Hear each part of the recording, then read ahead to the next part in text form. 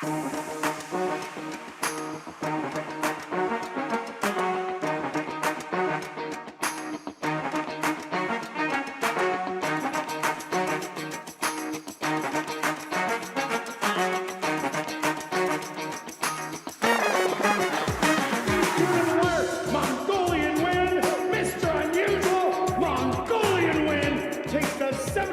running of the Manitoba Derby, uncharacteristic, has the best stride as they come to the wire. Uncharacteristic takes the 73rd running of the Manitoba Derby.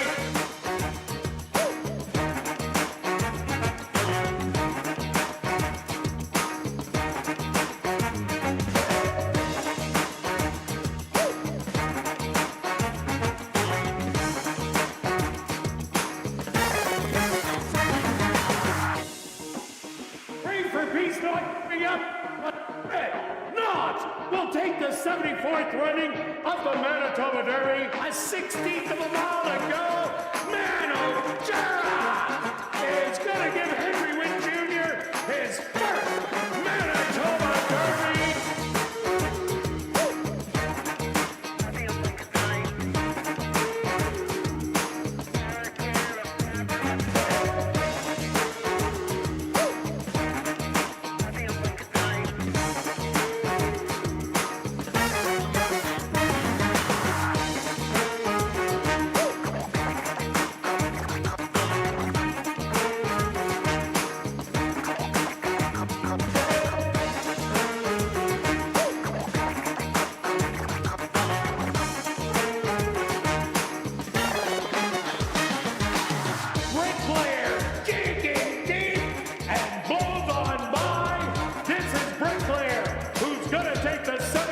Running of the Manitoba Derby. Shoot up with the lead with a 16th of a mile to go. Judo taking the Harvey Warner Manitoba Mile.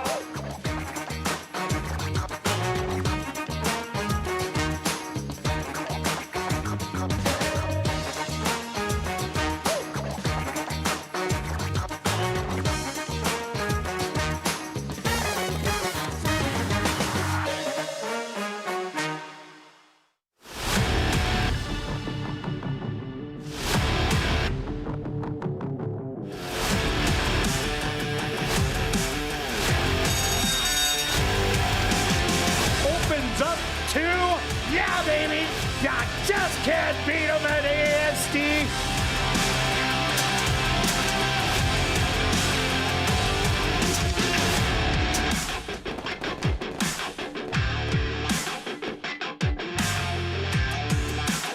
The Manitoba Jockey Club acknowledges that we are on Treaty 1 territory, and the land on which we gather is the traditional territory of the Anishinaabe, Cree, Anisininew, Dakota, Lakota, and Dene peoples, and the national homeland of the Red River Métis.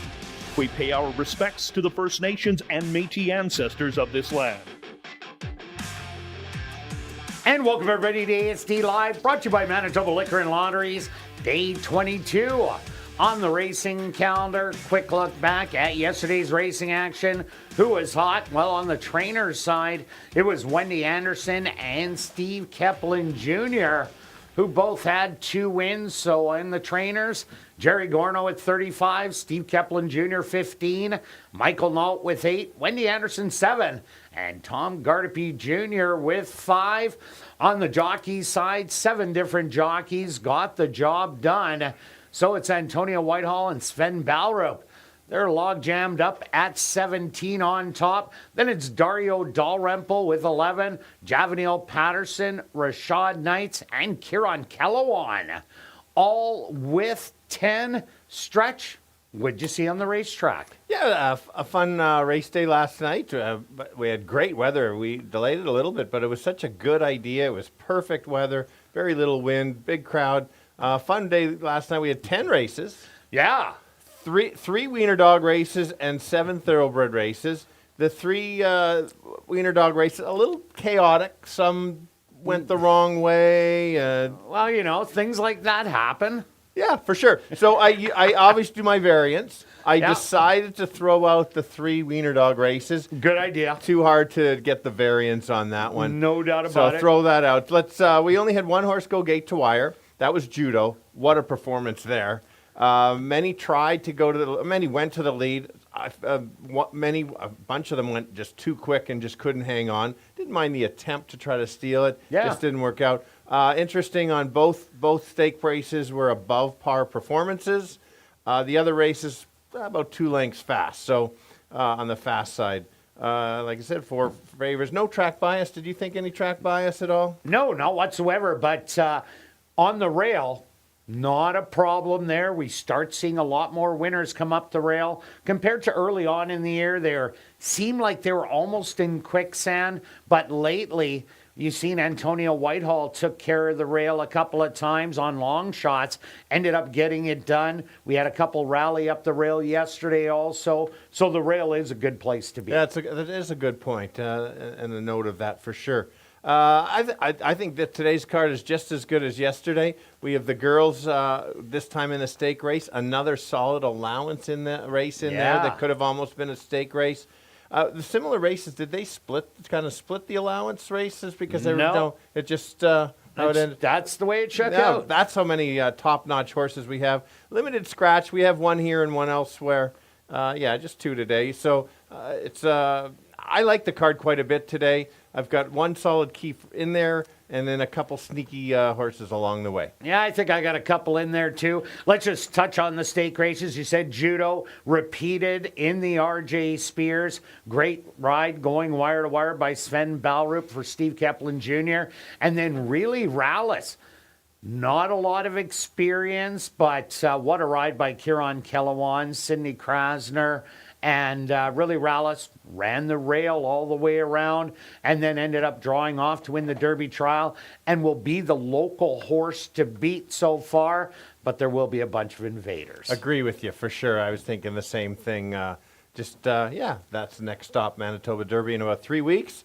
Ready to go? All right, let's kick it off with the $7,500 claimer for fillies and mares, 3-year-olds and up. They're going to go 7 furlongs. Scratch number 1, Symbol Court. Stretch. What about this one? Yeah, late scratch. So if you looked earlier, this one just came up in the last little while. Yeah, 2 hours ago. So there we go. I think it's a little bit of a match race. The early money that's come in kind of shows the 2, the 3, and the 4.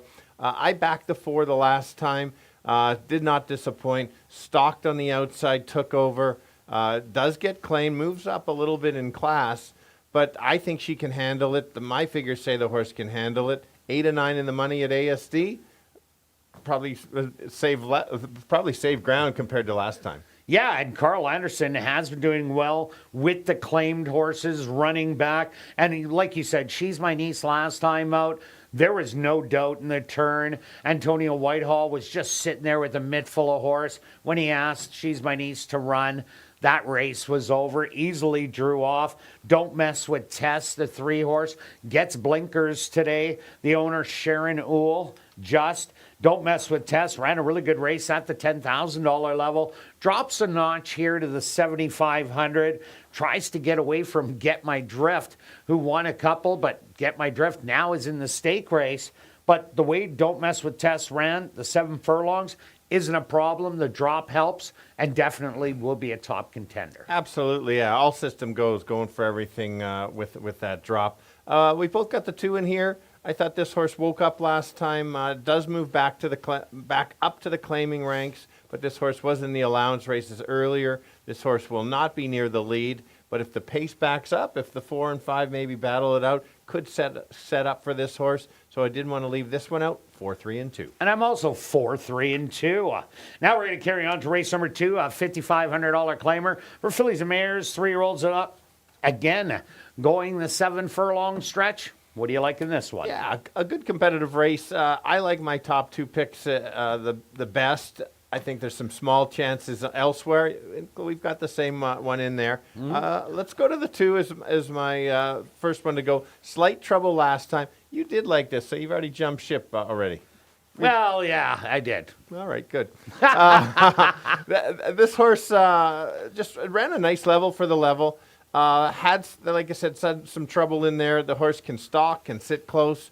She may have lost a step in the last few years, only a couple starts last year.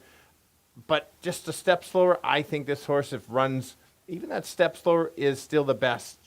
Should be the best in here. Good enough to win in here for me anyway. Yeah, first time out. What a great race.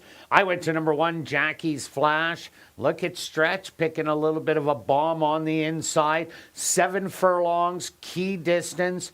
Inside prevails a lot of the time. And Jackie's Flash, you got to look really deep for a route race. It was probably 20 races ago. The horse did go a mile, tried to go wire to wire, ran second. Previous to that was about 28 starts and did go wire to wire in there. So this horse has gone around 2 turns, but it has been quite a few years since that has happened. I like that it draws the inside. Wasn't a really tough race last time out. Only got beat by 4 lengths. Draws that important inside rail position. I think this horse is going to get a dream trip. Exactly, yeah. We know how important, especially post 1, is going the 7 furlongs. I went to the outside. Both of our second choice on the 7. If this horse had a better post, even post 3 or 4, would have been my top pick. It is tough to win from the outside post.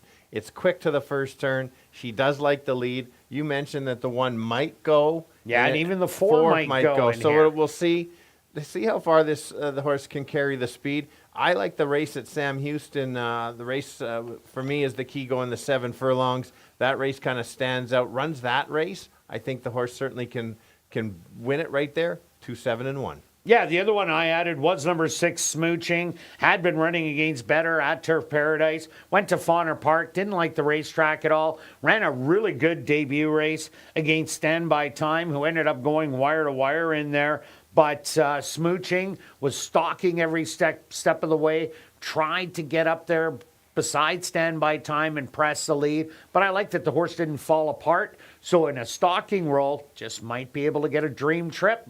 I'm giving you 1, 7, and 6. Now we're going to carry on to race number 3, kicking off Jackpot Pick 5 wagering with the 33rd running of the Jack Hardy Stakes. 4 3-year-old fillies. They're going to go 3.5 or 7.5 furlongs, not 3.5. Stretch. Wow. I would be changing my picks if we're going 3.5. Yeah, no doubt about it. There's going to be a couple speedballs that would be a solid exactor play. Absolutely. 3.5 is at the back. Yeah, 3.5 would be just around the turn, just halfway between the half-mile pole, directly across the track, and the start of the turn. Yes, very good. Ignore all of that information because it is irrelevant. And we don't run those races. We're going 7.5. So the good stake race, mostly a rematch, most of them coming out of the June 24th race. But as we've been just talked about, 7.5. We saw how this race changed for the boys yesterday. They went from the 6 to the mile. And the results changed a little bit there. Definitely did. And so only a couple of the girls in here have been the distance, so that makes this race even tougher. So it is a bit of a guesswork on who can handle the distance. And so we're both on the 2. Well, I'm using all 3 of those in my sequence bets, the 2, 4, 6, and 4. Yeah, so am I. Taking a bit of shot as Kirt is. Saw the same thing last time out. Didn't break very well, made a nice wide move, was much the best for second. I don't know if probably wasn't winning the race. No, definitely wasn't. But would have maybe been 2 lengths, 2.5 lengths back. I think this horse has had a couple poor starts. Got to get out of the gate today. Does get a little more time, but you still don't want to break as poorly as she has. I think that kind of sets her up, making that move and not going to the lead. Maybe that'll just say, hey, we don't have to go to the lead, get that dream trip, pace backs up. This one could be the shot at the upset. Well, obviously, you see the race like me that the 3 and 4 battle it out in here. What if horse doesn't get that loose lead, or else you would have put it on top, and I would have put it on top. But I think Evolution, who last time out was sitting right behind What a Force with an absolute mitt full of horse, hit the turn, and then the tank went dry. What a Force went on for the easy win. But I think today there is that pace battle. That's why I took the 2. But What a Force can't take anything away from her. She ran so good last time out, hit the front end, looked back at the head of the lane, and just drew off to win for absolute fun. Yeah, if she gets the lead, she's gone. Runs back to that last race, extra tough. Probably won't get any of a price, though. Usually everybody not a sees big that. price at all. We both have the 6 in here. This is one of those true closers in here. Last time also didn't get out of the gate very well, and then finished with some run. A better start again. This is the true closer that we know can close, and so therefore, if it's the pace battle, depending on what a couple of the other ones do, this could be just waiting in the weeds and pouncing late. 2, 6, and 4. And I'm 2, 4, and 6. Now we're going to carry on to race number 4, kicking off $50,000 guaranteed pick 4 wagering with an allowance optional $17,500 claimer for the boys 3 and up. They're going to go 6 furlongs. Scratch number 5. My wife is right. Stretch. What about this one? Well, solid allowance claimer for sure in here, similar to the one yesterday. So this is a perfect example. How could we be so different? People are probably thinking. Yeah. It's very simple.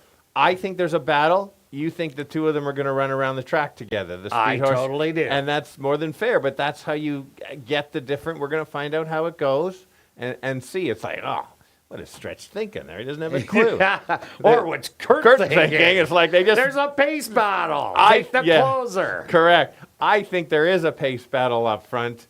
I'm saying that, for the 6, 2 of 3 very good efforts. Throw that other one, didn't break well and all sorts of stuff went on there.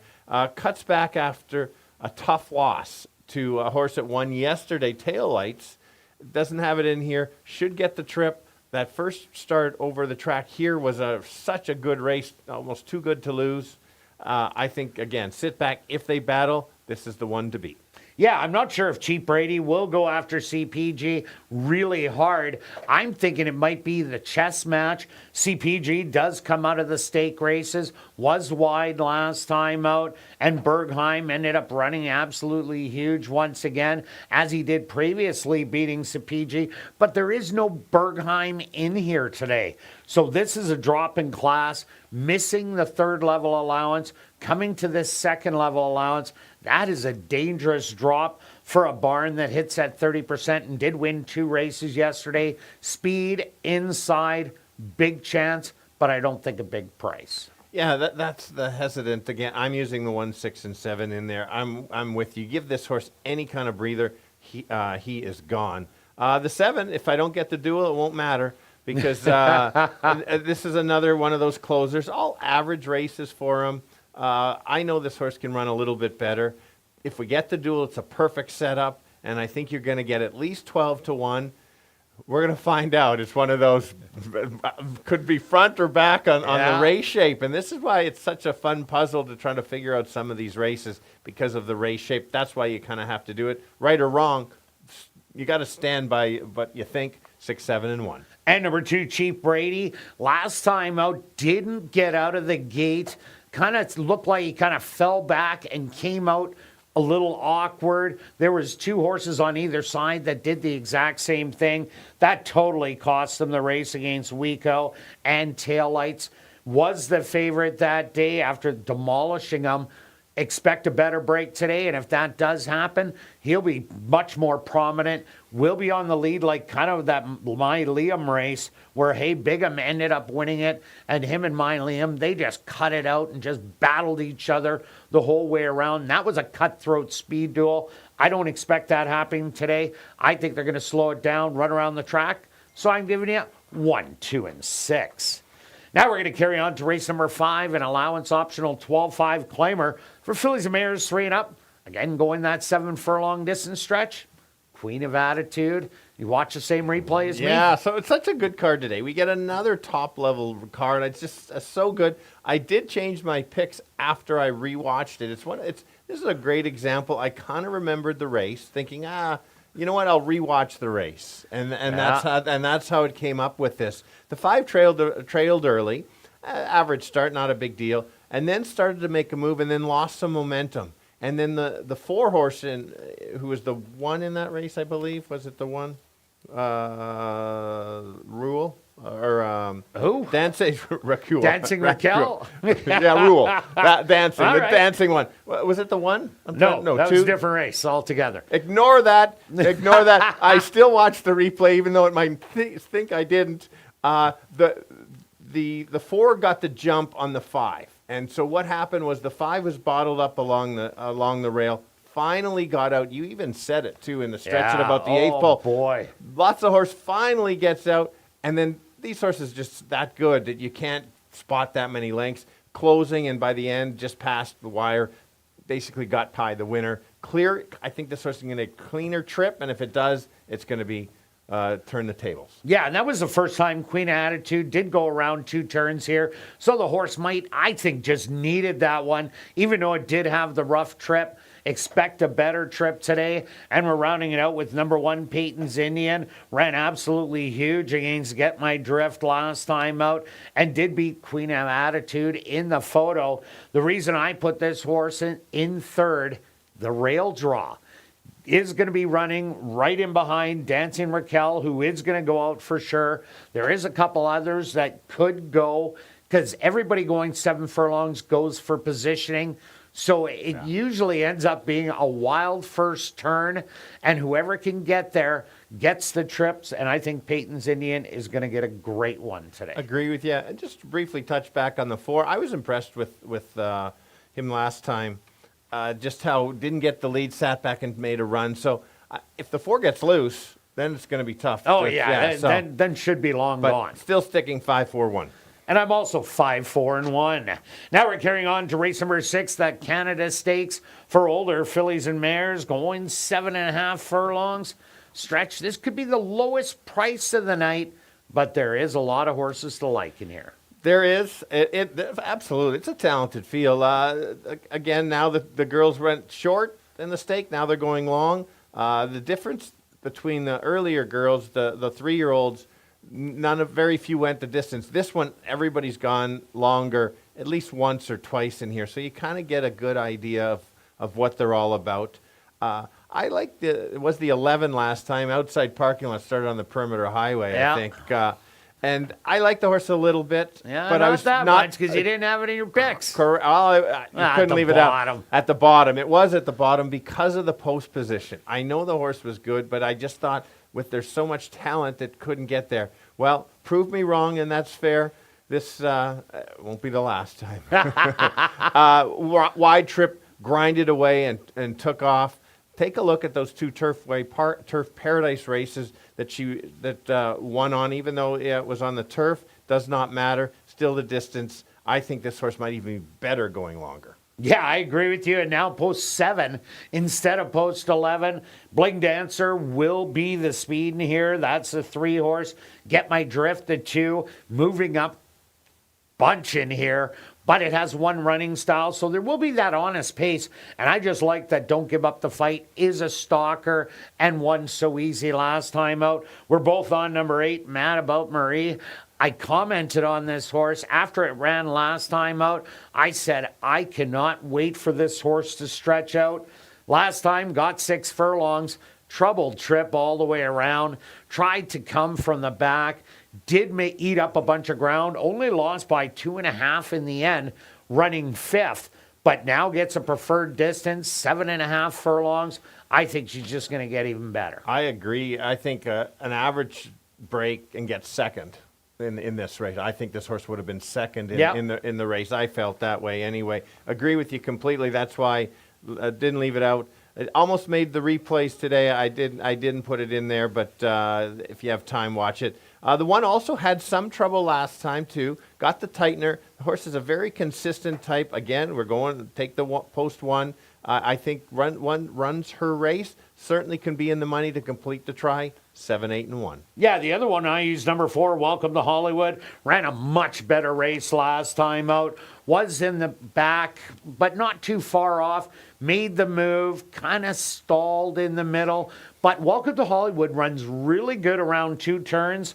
As long as it isn't a mile and 16th, the 7.5 furlongs for me is the key. Welcome to Hollywood will be in a stalking position to the inside. Should be able to drop in behind Bling Dancer. Maybe get a rail trip in here. Good long shot. I'm giving it 7, 8, and 4. Now we're carrying on to race number 7, a $3,000 claimer for fillies and mares 3 and up that are non-winners of the year. They're going to go 6 furlong stretch. Wow, are we different in here? Not surprising. Not at all. It's a non-winners. We could see the race run the same way and come up with different picks because it is the non-winners. So I'm not. Every time this kind of race runs, I'm not even going to call you out on this. I'm not going to say, did you turn the page? but maybe you didn't turn the page. I know it's not. The program's only got the 2 pages. But anyway, I think you missed a horse. I think there's a quick pace up front. I think the 5 and the 6 are the horses.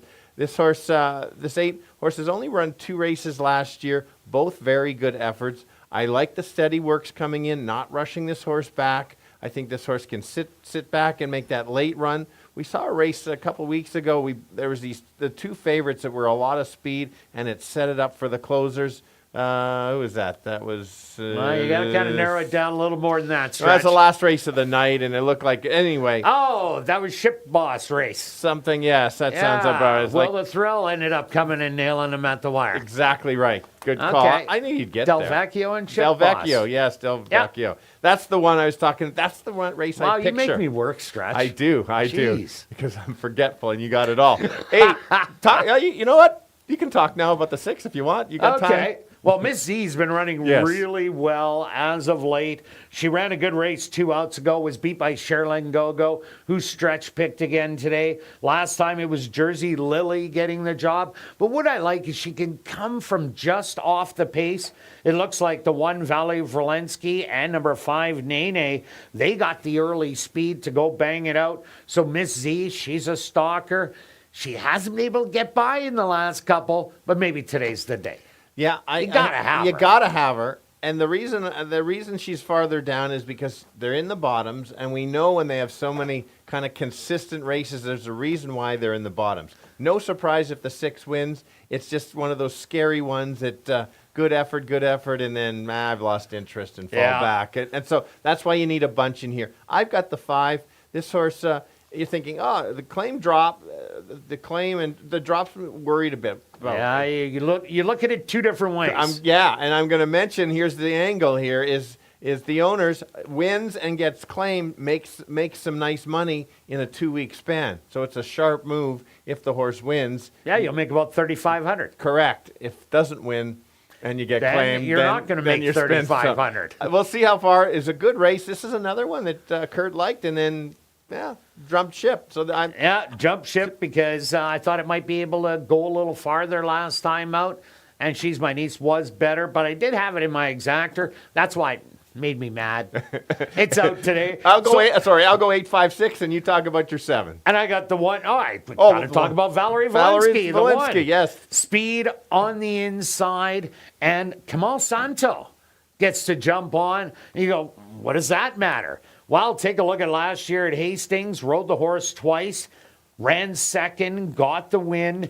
Did run second to Norma No. Off a layoff in there. But showing the big speed is the key. If Nene doesn't show that same type of speed that it showed in the route in the sprint, this horse could be gone. And number 7, Crescent's Little Charm. Well, if you like the 6, you got to like the 7. They were only a half a length beside each other. Crescent's Little Charm did stumble at the break, and this horse was well bet in the previous start where it did run bad. Could be a good one to throw in, but I'm going to give you 6, 1, and 7. Good luck with all your wagers this evening, and I'll be right back with the changes on this evening's Carter Racing.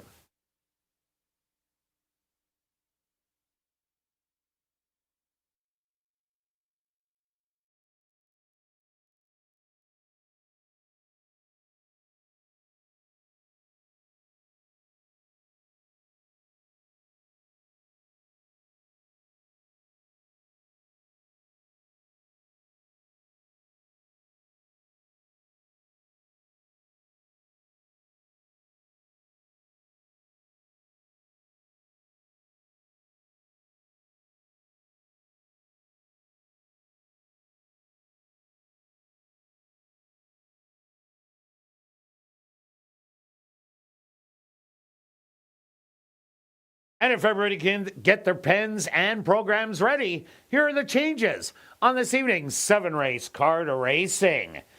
Turning your programs to race number 1, the Revive Dental Race. Scratch number 1, Symbol Court. Number 3, Don't Mess with Test. The owner should read Sharon Ool. Now turning your programs to race number 2, the Keith Taylor Special. There are no changes. Now turning your programs to race number 3, our co-featured event, the 33rd running of the Jack Hardy Stakes for 3-year-old fillies. Just some overweights. The jackpot pick 5 carryover over $358,000.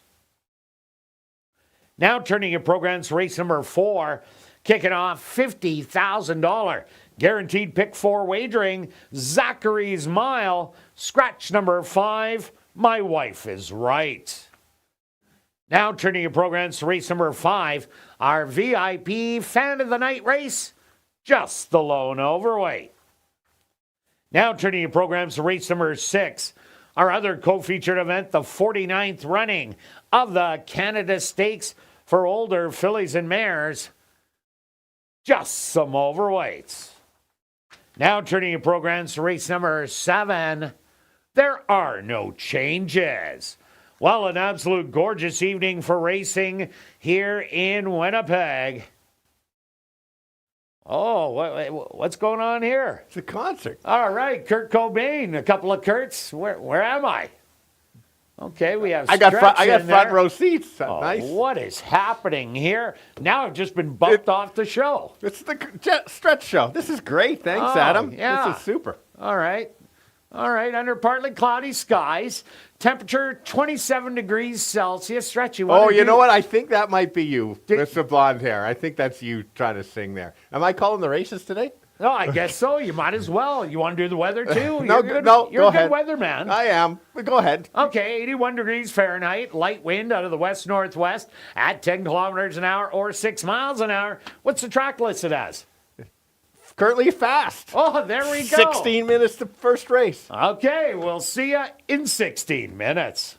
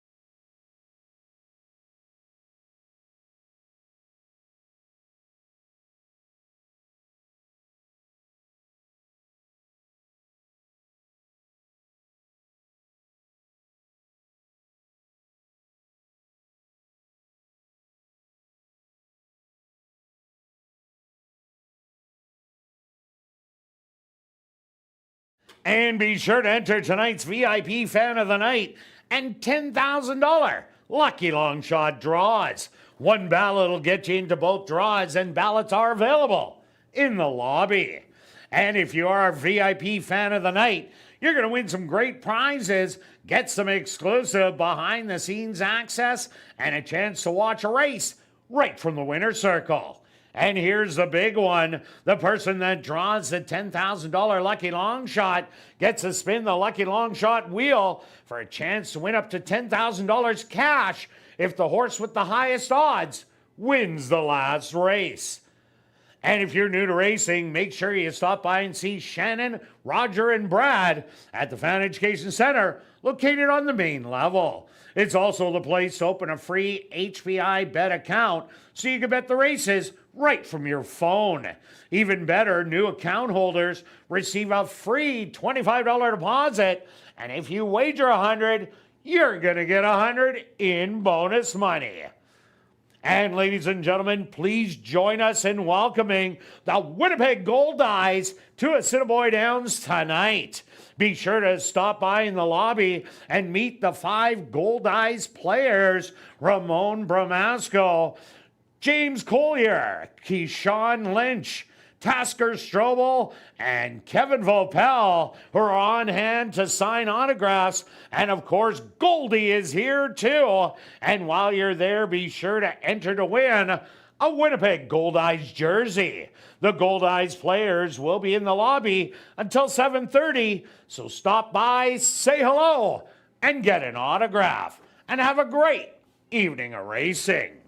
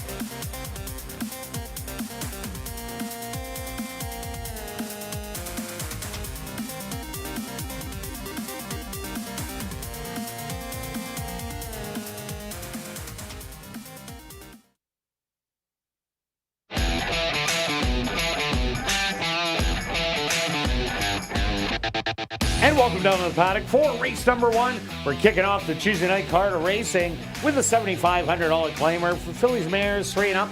They're going to go 7 furlongs. Stretch number 1, Symbol Court.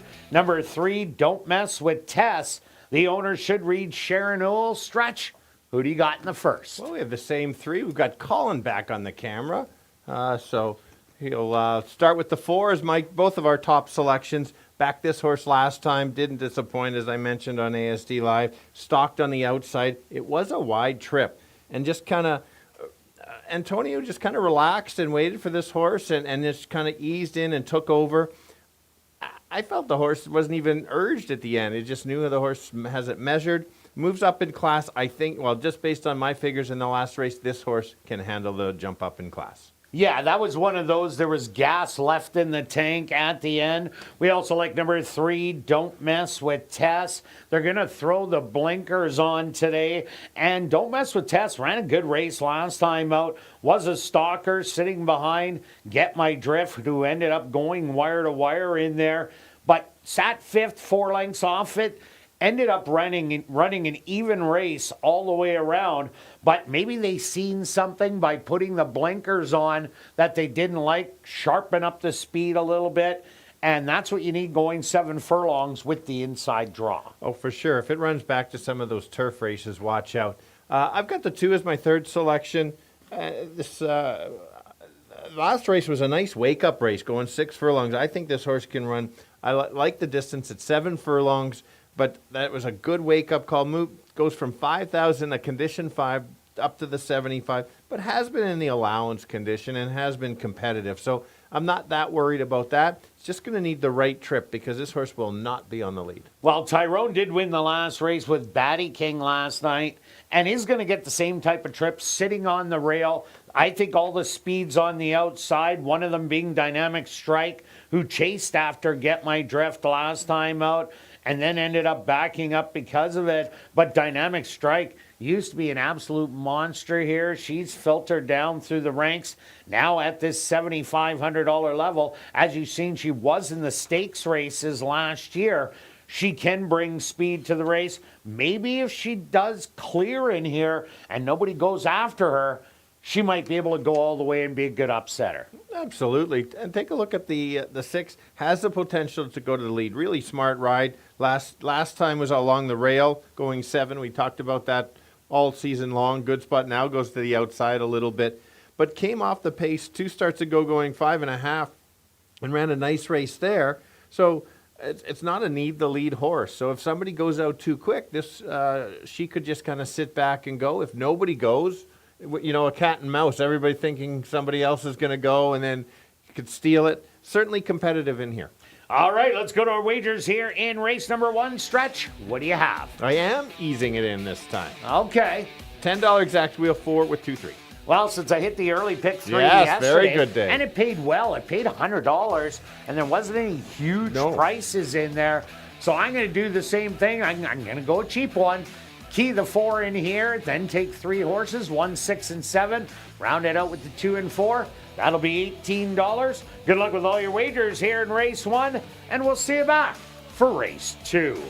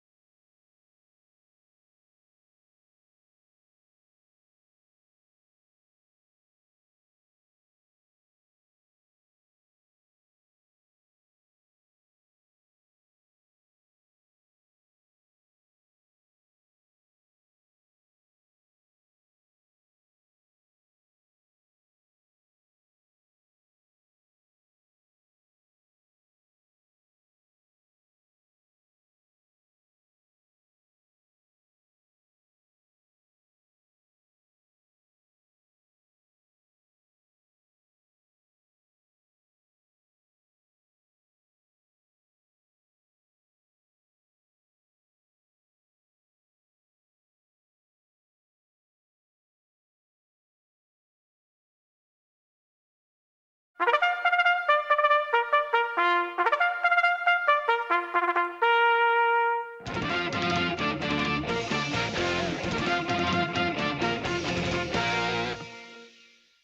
horses are on the track for race number 1, the Revive Dental Race. They're going to go 7 furlongs for $15,000. Number 1, Symbol Court, was scratched. Number 2, Midnight Candy Storm, owned by Dwayne Paulson, trained by Tom Garterby Jr. with Tyrone Nelson. Number 3 is Don't Mess with Tess, owned by Sharon Uhl, trained by Cindy Krasner with Kieran Calawan. Number 4, She's My Niece, owned by Barry Toy, trained by Carl Anderson with Antonia Whitehall.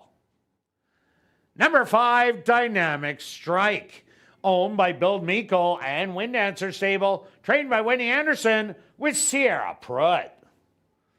Rounding out the field is number 6, Stand By Time, owned by Henry Witt Jr., trained by Jerry Gorno with Ronaldo Cumberbatch. The Revive Dental Race, kicking off rolling doubles and rolling prime pick 3s.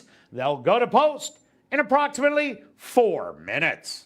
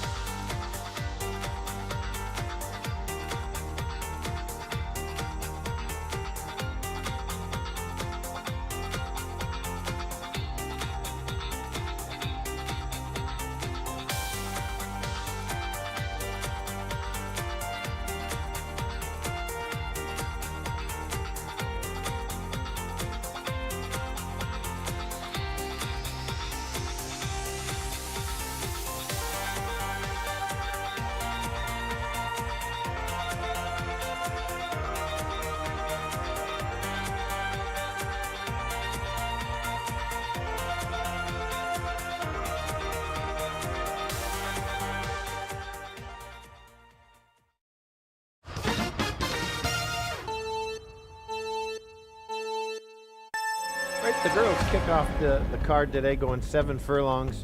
It's always fast to the first turn. The 4 is fast, but she does not need the lead. She might just get a garden spot sitting in second or third and try to take over. Runs back to that last race. She is going to be tough to beat. The one that I think could beat her is the 3. They add blinkers, get her focused. She's better on the turf, but if she runs close to the races on the turf to the dirt, watch out. And then the slightly longer shot is the 2 horse. Will need a battle up front. So if a bunch of them battle up front, go too quick, she'll be picking up the pieces late. So let's go 4, 3, and 2. Kirt? Yeah, Stretch, I'm with you on number 4, She's My Niece.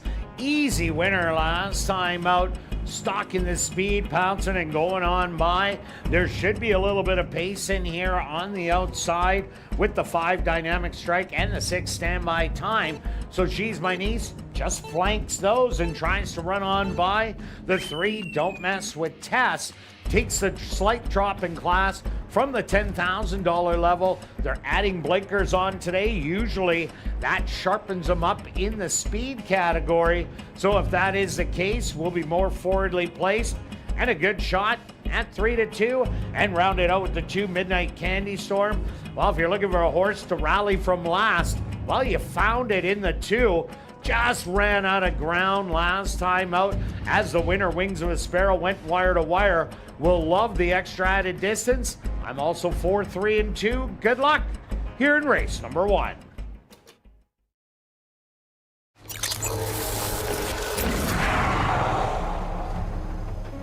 It's now 2 minutes to post time at ASD.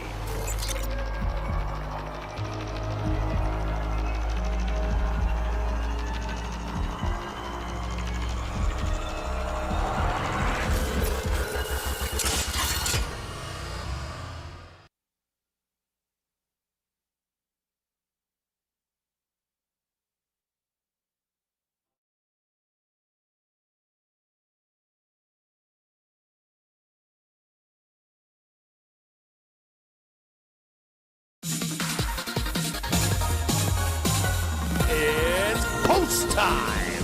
Huh.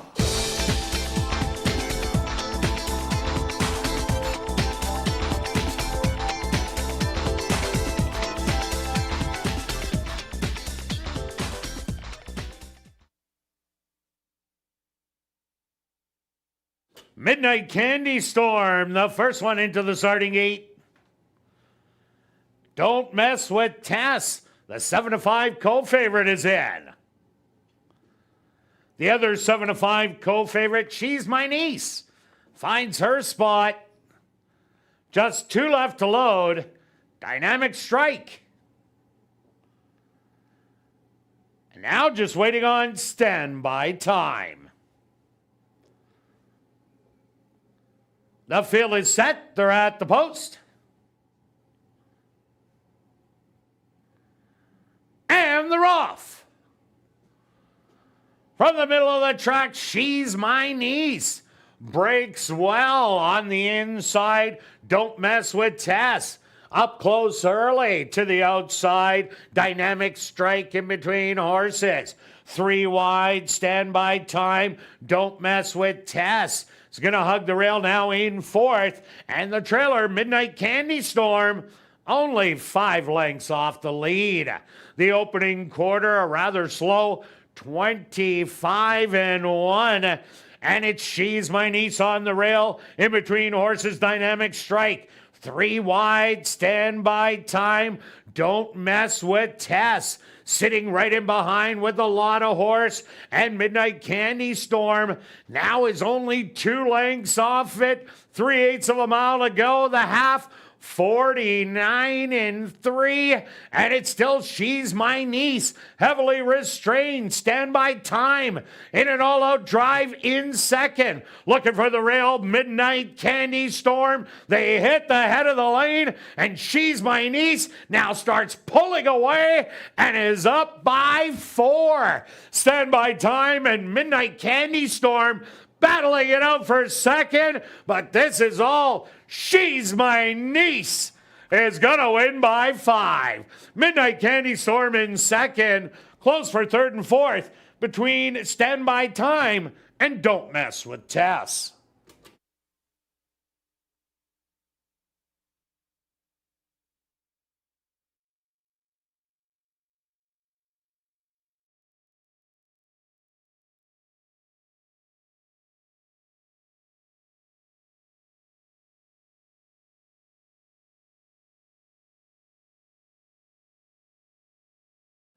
The stewards are posted number 4, She's My Niece.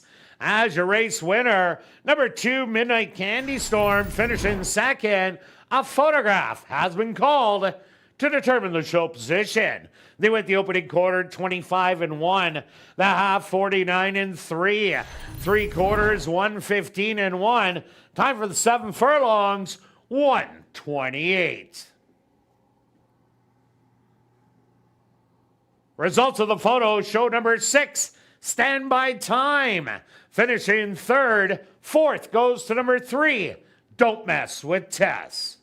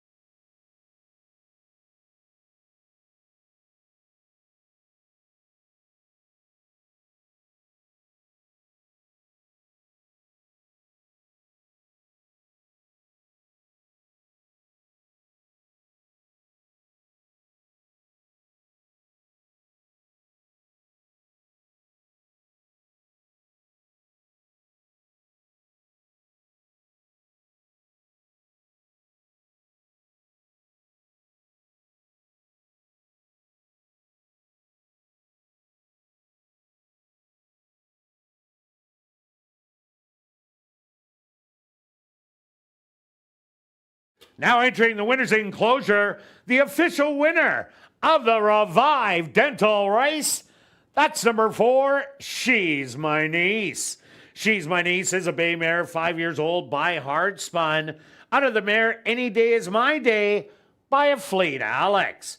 Owned by Barry Toy, trained by Carl Anderson, and ridden to victory by Antonio Whitehall. Time for the 7 furlongs, 128.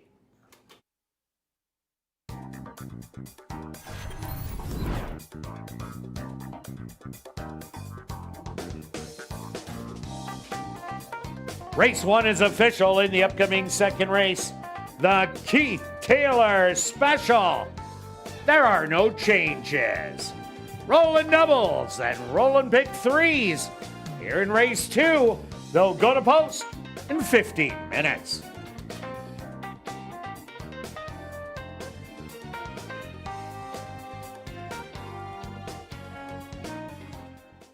Assiniboia Downs 50-50 draw will return each and every race night. Tonight's jackpot is $390 and still growing. Tickets are 1 for 10, 10 for 20, 50 for 50, or 200 for $100. You can purchase your tickets at Guest Services, the VLT Cashier's Cage, from the designated roaming 50-50 ticket seller, or just go online at 5050.asdowns.com. The draw will take place at 10 p.m. tonight, and proceeds do benefit Final Furlong and the Winners Foundation. And take note, you do not need to be in attendance to win. Just check our website at asdowns.com for the winning number.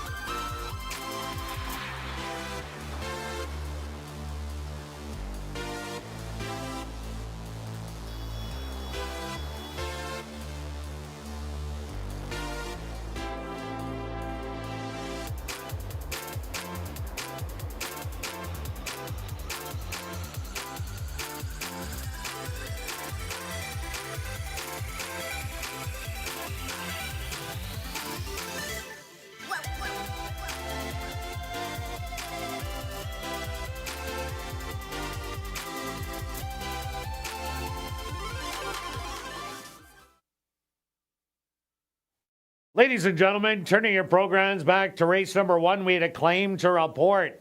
Claim for $7,500 was your race winner, number 4, She's My Niece.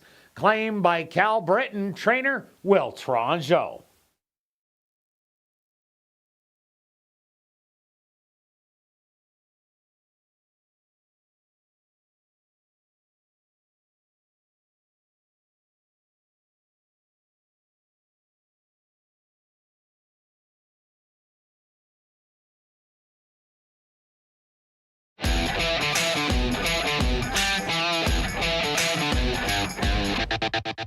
And welcome back down the paddock for race number 2. We have a $5,500 claimer for fillies mares 3 and up.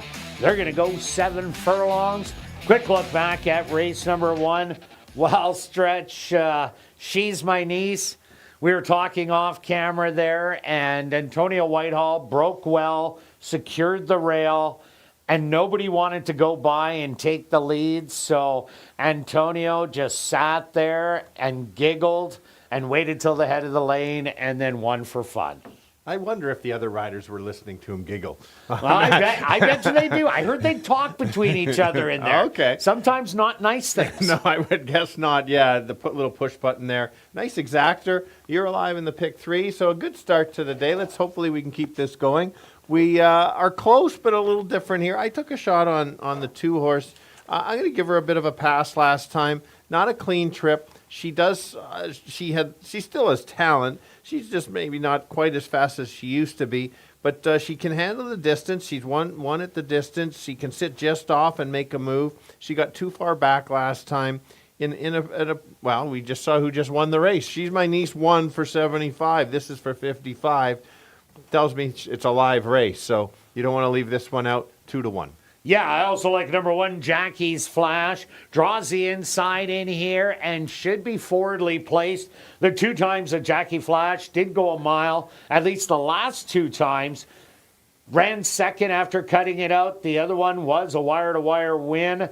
Comes out of a tough 5,500 race where She's My Niece ended up running 3rd in there.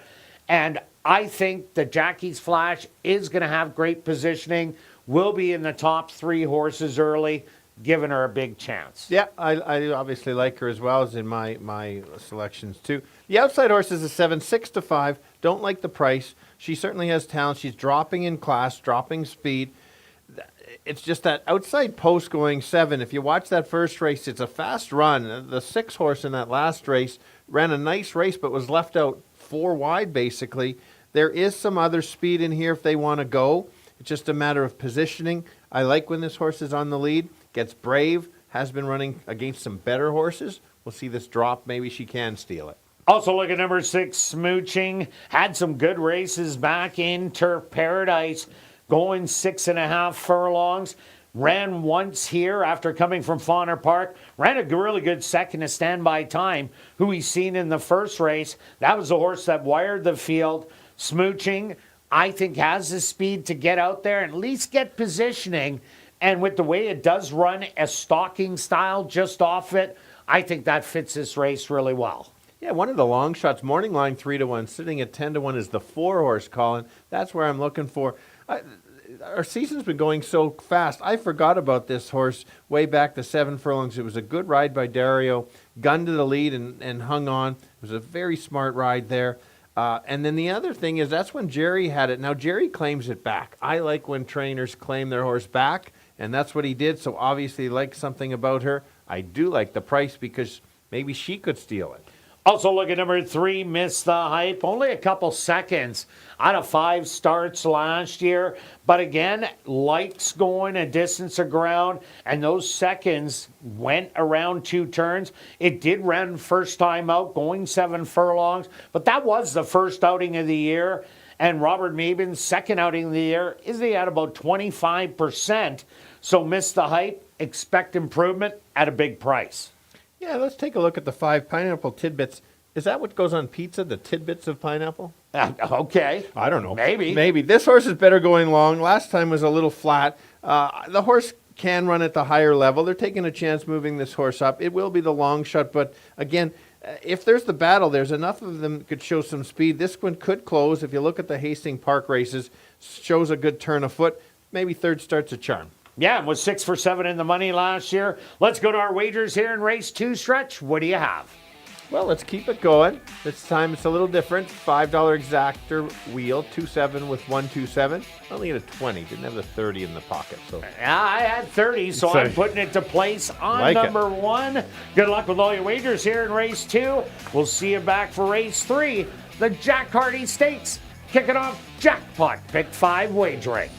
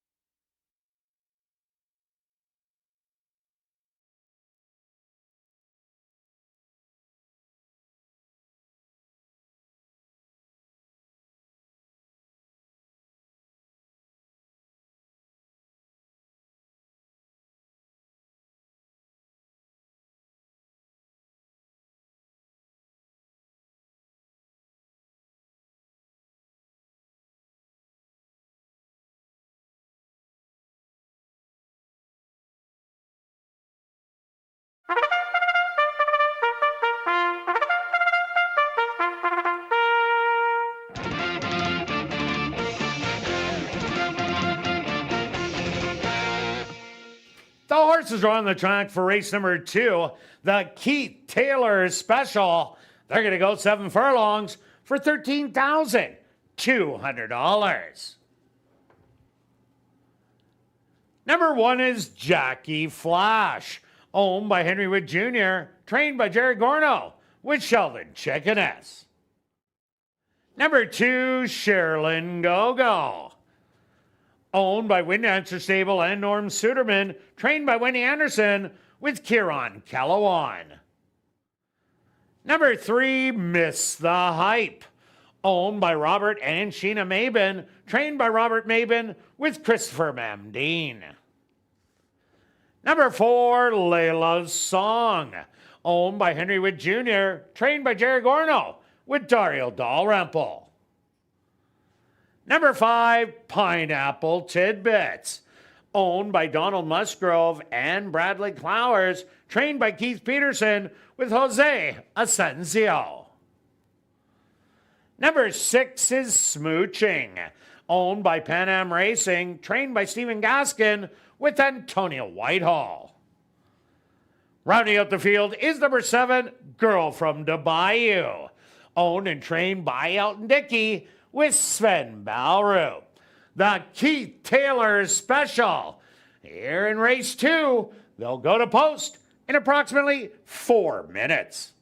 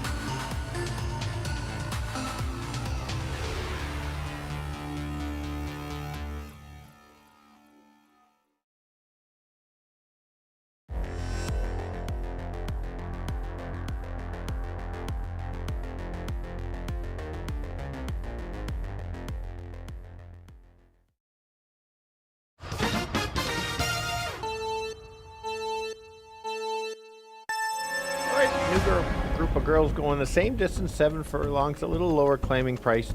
Very talented still. Let's start with the 2, currently co-favorite at 2-1 or $6 on a win bet. Some trouble last time. This horse should get sitting in about 4th or 5th early and try to make a late run. There is some other speed. This one won't be on the lead, kind of just try to make a late close and pick up the pieces for the win. Who could be the most speed? That could be the 7. She is quick when she wants to be, and when she gets the lead, she's ultra tough, drops in class. Give her the lead, she can go gate to wire.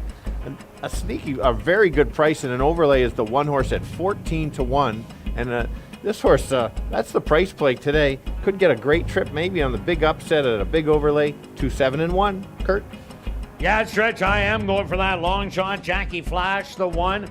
Last 2 times that it did run a mile, ended up running second and winning. Was forwardly placed both times. Draws post position number 1, the perfect post position. I also like number 7, Girl from the Bayou, taking a massive drop in class from the allowance level, missing the 10.75, and now ends up at the 55 level. Ran a good third behind Foothills Boulevard, who ran an absolute crushing race last time out. Has a good chance to try and wire the field. And number 6, Smooching, some good races at Turf Paradise. Finally starting to take a little money at 9-2. Expect it being a stalker in here. I'm going to give you 1, 7, and 6. Good luck here in race number 2.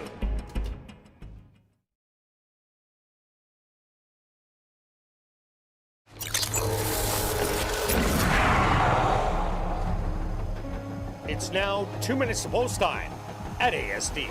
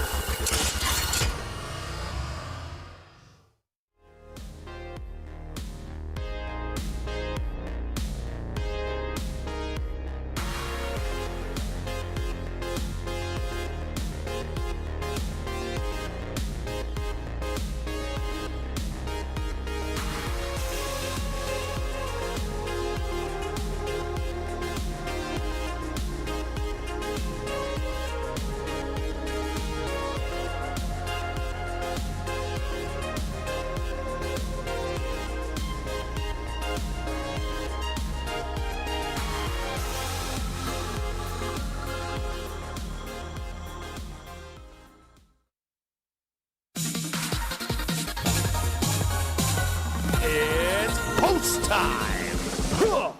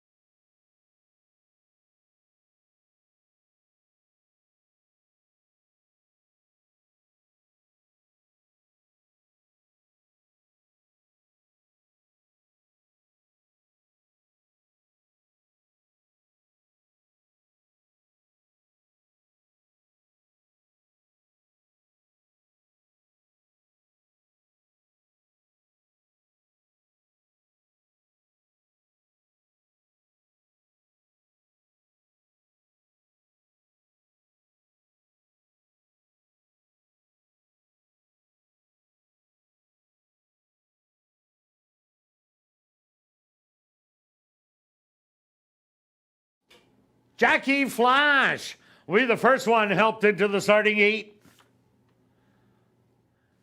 Next up, the 2-1 favorite, Sherilyn Gogo.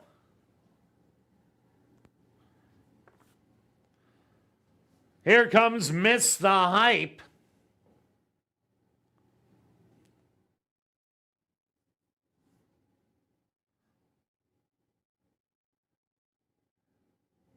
Layla's Song walks right in.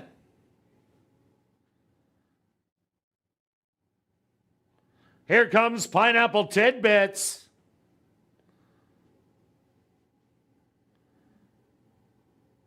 Just 2 left to load.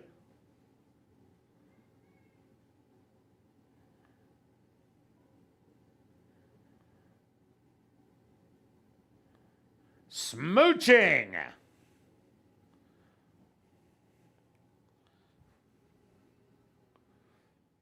Now just waiting on Girl from the Bayou. The field is set. They're at the post. And they're off. From the inside, missed the hype, broke well, as did on the rail, Jackie Flash. Sherilyn Gogo is going to press the early lead. Layla's Song to the outside, making it 3 wide, now getting a piece of the front end. Smooching settled in 4th with Girl from the Bayou in 5th. Then it's back to Miss the Hype, and Pineapple Tidbits will be the early trailer. 25 seconds, the opening quarter. A contested early lead with Layla's Song to the outside. Sherilyn Gogo on the rail, checking Jackie's Flash. Now back to 5th. Back in battling, Smooching and Girl from the Bayou are running as a pair. The trailers are still Pineapple Tidbits and Miss the Hype. The half 49 seconds. Sherilyn Gogo has taken over the lead, now by 3 as they hit the head of the lane. Smooching to the outside, trying to gain ground, and on the inside, Jackie's Flash, but it's Sherilyn Gogo. She's now up by 4, and Jackie's Flash making a late run, but this is going to be Sherilyn Gogo getting it done. Jackie Flash in 2nd. 3rd's going to go to Pineapple Tidbits, and 4th to Smooching.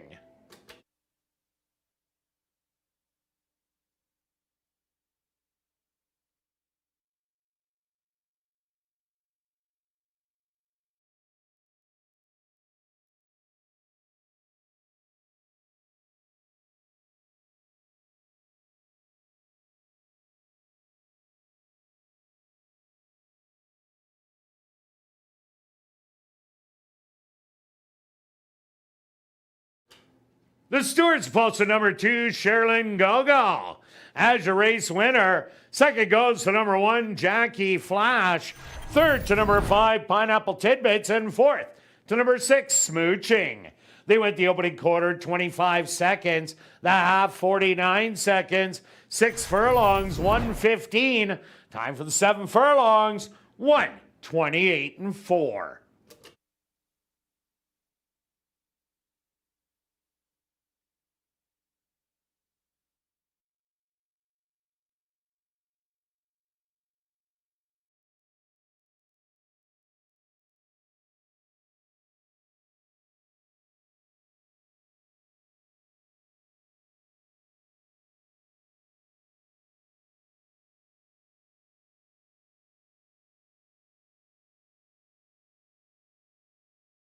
Ladies and gentlemen, please hold all tickets.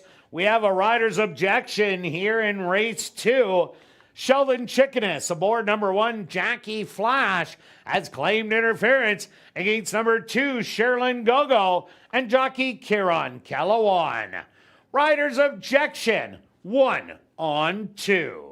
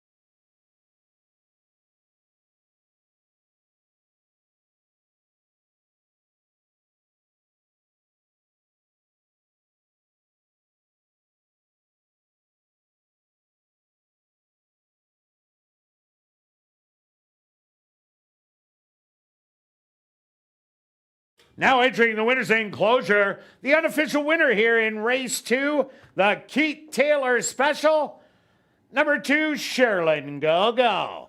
Sherilyn Gogo is a bay mare, 6 years old, by Baccaro, out of the mare Cute and Beautiful by Warrior's Reward. Owned by Wind Answer Stable and Norm Suderman, trained by Wendy Anderson, and ridden to unofficial victory by Kieran Calawan. Time for the 7 furlongs, 1:28 and 4.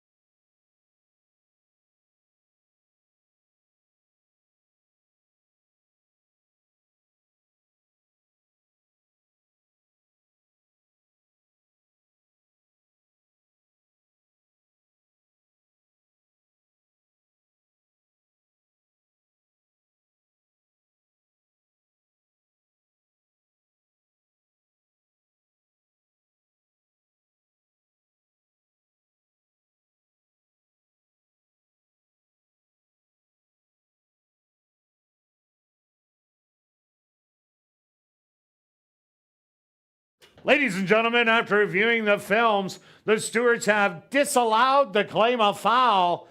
2, 1, 5, and 6 will become official.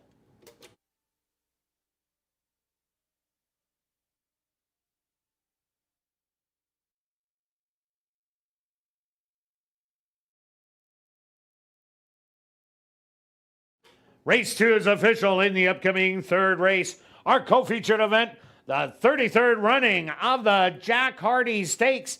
Kicking off jackpot pick 5 wagering.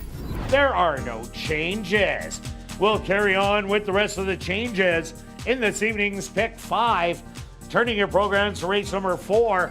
Scratch number 5, My Wife is Right. There's no changes in race 5, 6, or 7. The 33rd running of the Jack Hardy Stakes. Kick it off jackpot pick 5 wagering. They'll go to post in 14 minutes.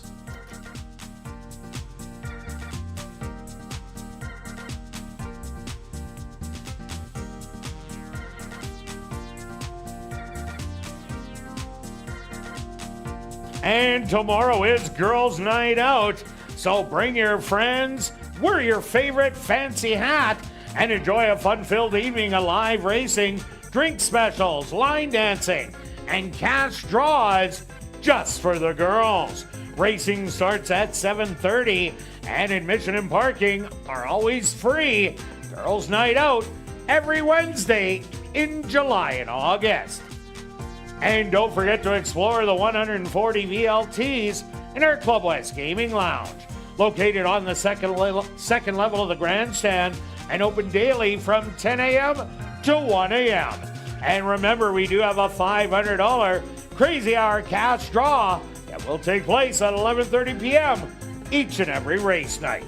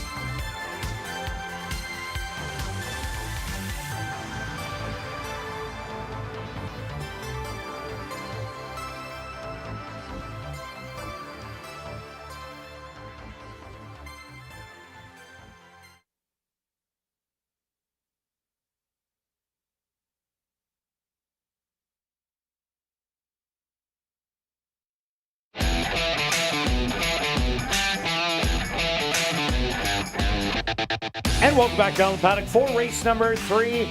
We have the 33rd running of the Jack Hardy Stakes. 4 3-year-old fillies. They're going to go 7.5 furlongs. Kicking off jackpot pick 5 wagering. Quick look back at race number 2. Well stretched, Sherilyn Go-Go. No excuses today. Broke well on the inside and took over the lead. Battled a little bit and held on for the win. But Jackie's Flash ran a pretty good race in there. Very good race, very game, came back on and grabbed the second. Yeah, we've had favorite winning and a bit of a long shot second, and the exactors have paid really well. And how about your place? That was your long shot. I know the horse didn't win, but you went place, got $6.10 or something. Yeah, make a $60 profit. That'll pay for a few bets along the line. And that's what... and you're back-to-back exactors. Yes, and just following up on a long shot, you don't always have to bet them to win because, you know, they don't win as often. But you can sneak a place or even a show price and cover that win bet a little bit. Let's keep it going. Pick 5 time. I think we're going to go over 400,000. Maybe get to fireworks by post time. Oh, boy. Yeah. Yeah, I think you're going to get the fireworks. I think so. Here we go. We both got the 2, which is not going to be the favorite in here. Going off at 7-2. That's about what the price I think is going to be. We were both very impressed, not to speak for you, but I know what you saw, the same thing I did. Impressed on the move, on the outside move after a slow start. The bad part is it's been 2 bad breaks to start. So let's hope that this one's a better start because these horses are too good. You can't give up 2 or 3 lengths, expect to win. And then a workout coming in. This horse is sharp, ready to go. Maybe they figured it out accidentally that this horse is better off the pace. And that is a real quick work. Now 3 quick works in a row. Also, we like number 4, What a Force. How can you not? The horse went wire to wire last time out, but was unpressured on the front. I'm thinking that number 3, Evolution, just might be showing a little bit more speed today and hook up with What a Force. Last time out, did the stalking thing. That didn't work. Time to change it up, but What a Force does have a workout coming in after that race, but that was an impressive win. It was an impressive win. And take note, we're going from 6 to 7.5. The outside horse, the 6 horse, another 7-2. I like this horse. This horse also closed on that last race too. Again, a slight, not as good a start, but I know this horse is better off the pace. Look at the 2 starts that crushed the field, sat off, and then just took over. So it's a horse that can be rated in a nice dream spot and try to make a late run. I think the 2 turns is only going to help this horse get better. And the 3, Evolution, as I said, stalked last time out after going wire to wire. I think they're going to change things up, try and go after What a Force today, maybe even try and get the lead. And if they do that, has a shot of going all the way. And at least today you're going to get a price. Yeah. 2 starts ago, we backed the 1 horse, Colin, and because of the that was closer, a nice exactor. It was because we thought this horse could close. Last time it didn't happen.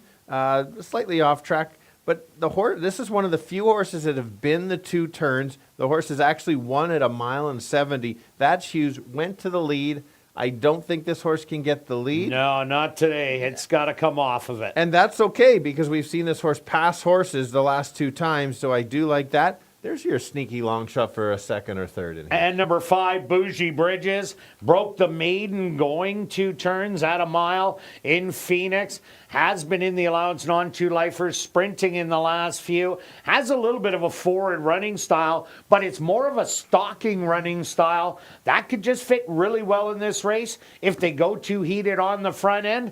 Let's go to our wagers here in race 3. Stretch, what do you have? I've got a pick 5, no keys, similar to yourself. Interesting how we have different horses you can look on the screen. Same early, kind of the same in the middle, but completely different. So I can take the pool. Yeah. Because you don't have my ticket. Well, we could always split on the last race if we make it there. And then we got 4 horses. If we're alive, we'll work out a deal for sure. All right. And similar to your place, I'm hoping to get a nice place price because in case one of the speed horses gets away, 40 place on 2. All right, good luck with all your wagers here in race 3. We'll see you back for race 4. Kicking off, $50,000 guaranteed. Pick 4 wagering.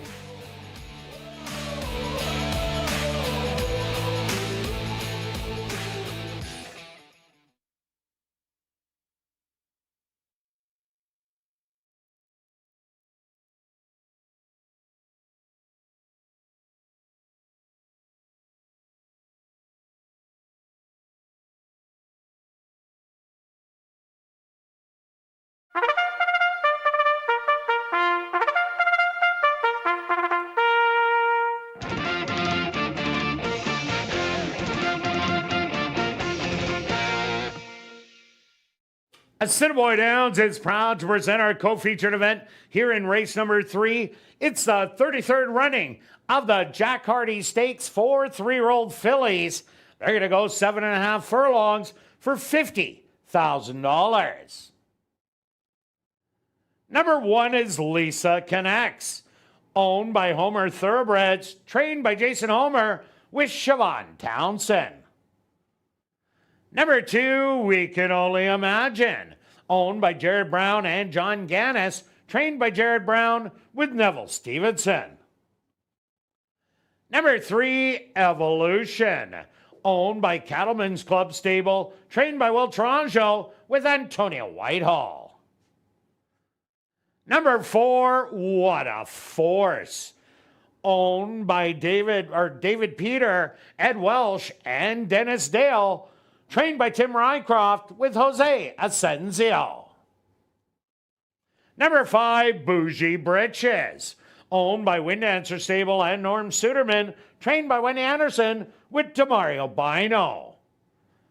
Rounding out the field, number 6, Steal Your Soul, owned by Drop-In Racing, James Keplin, and Steve Keplin Sr., trained by Steve Keplin Jr. with Sven Balru.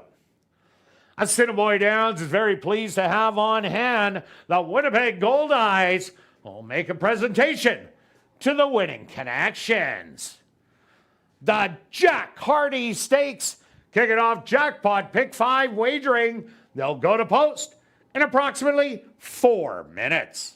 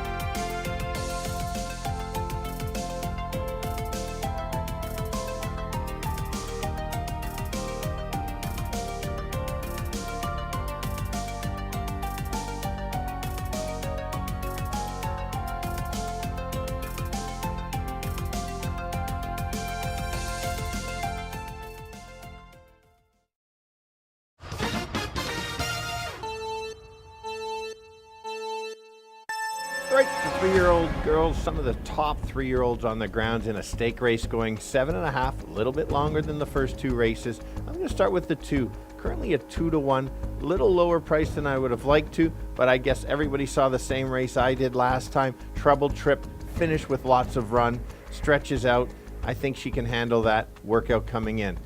The other long shot in here that I like getting a nice value is the 6. This horse is another one of those closers. Made up some ground last time after breaking a little bit slow. This stretch out might be the difference too to help complete the exactor. And who might be the speed of the speed? That's the horse that won the stake race last week, a couple weeks ago.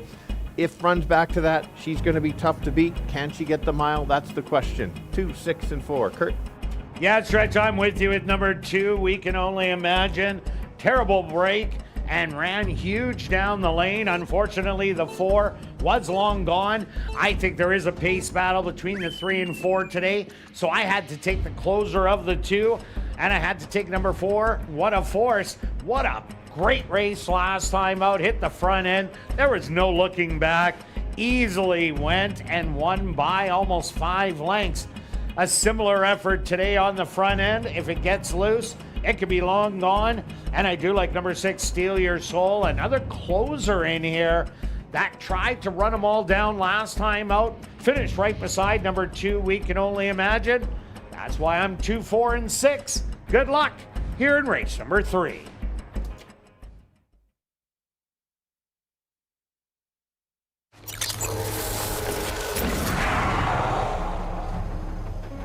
It's now 2 minutes to post time at ASD.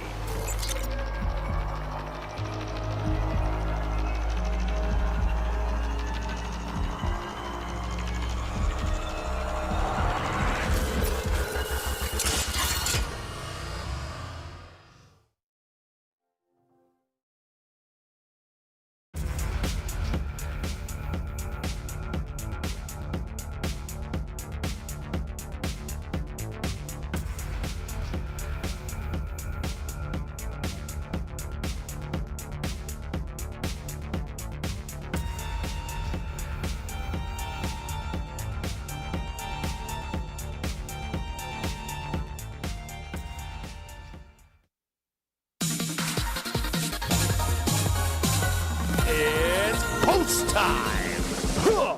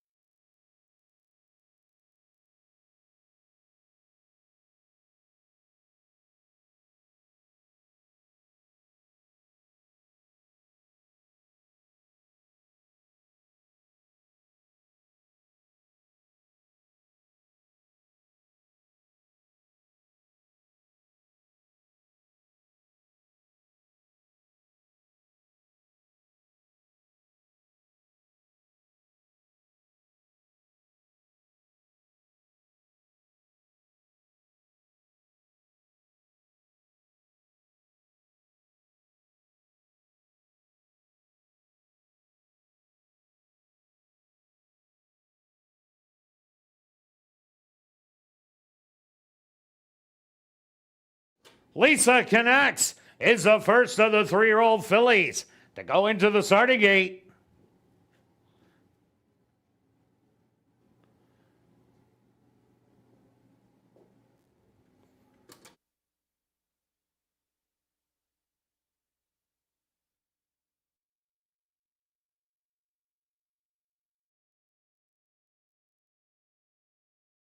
We Can Only Imagine now walks in and steps away.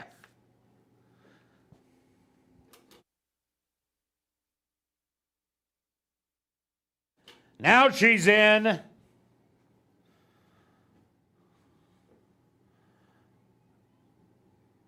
Evolution now walks in. Next up, What a Force.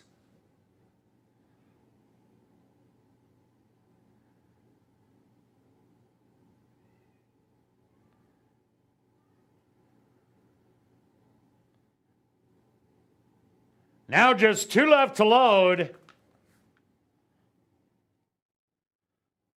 Bougie Britches.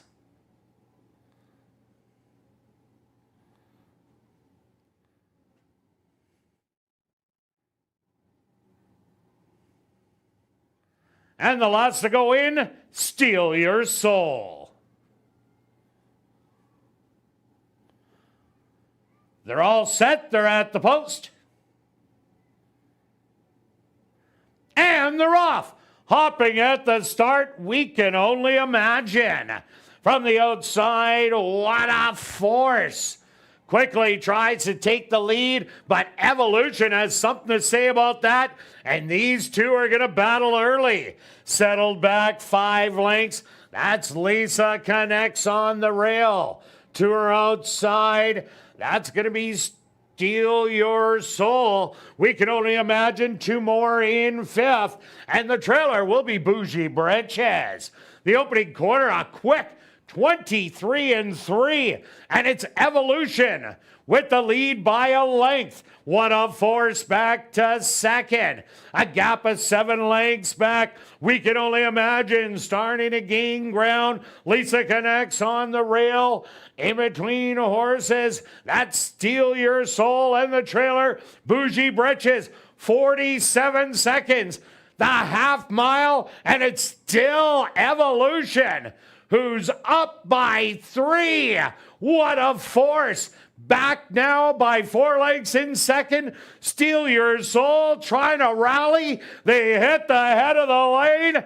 And Evolution, 3/4, 113. She is up by 10. And in absolute cruise control, 16th of a mile to go.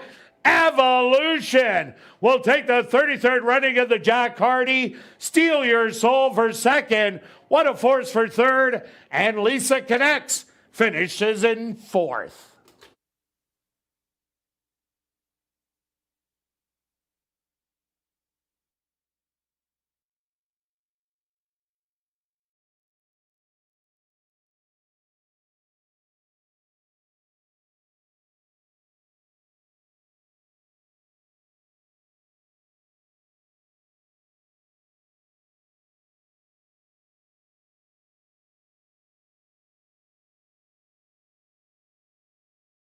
The Stewart's opposed to number 3, Evolution. As your race winner, second goes to number 6, Steal Your Soul. Third to number 4, What a Force. And fourth to number 1, Lisa Connects. They went the opening quarter 23-3. The half 47 seconds. 6 furlongs, 113. 7 furlongs, 127-1. Time for the 7.5 furlongs, 134-4.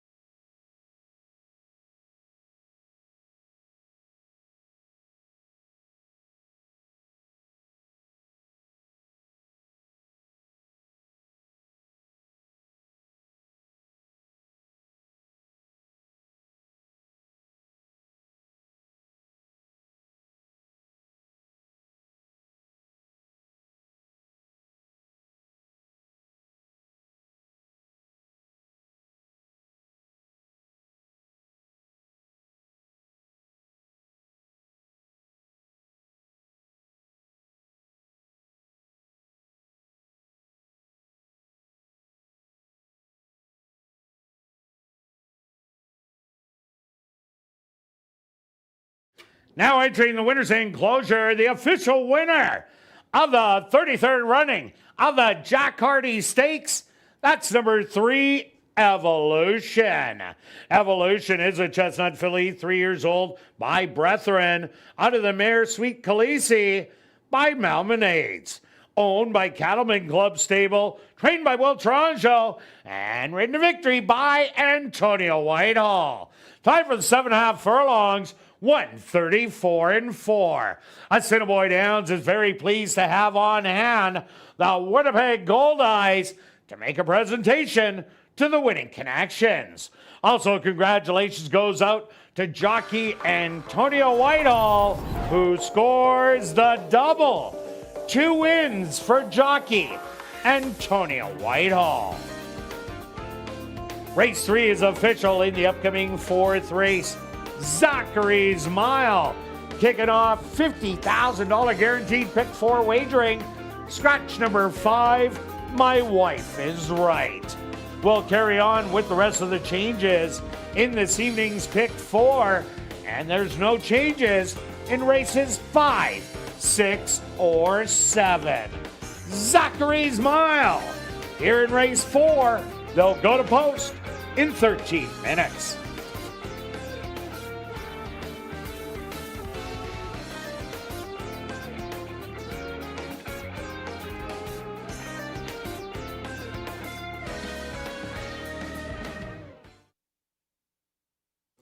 And ladies and gentlemen, we've drawn our VIP Fan of the Night.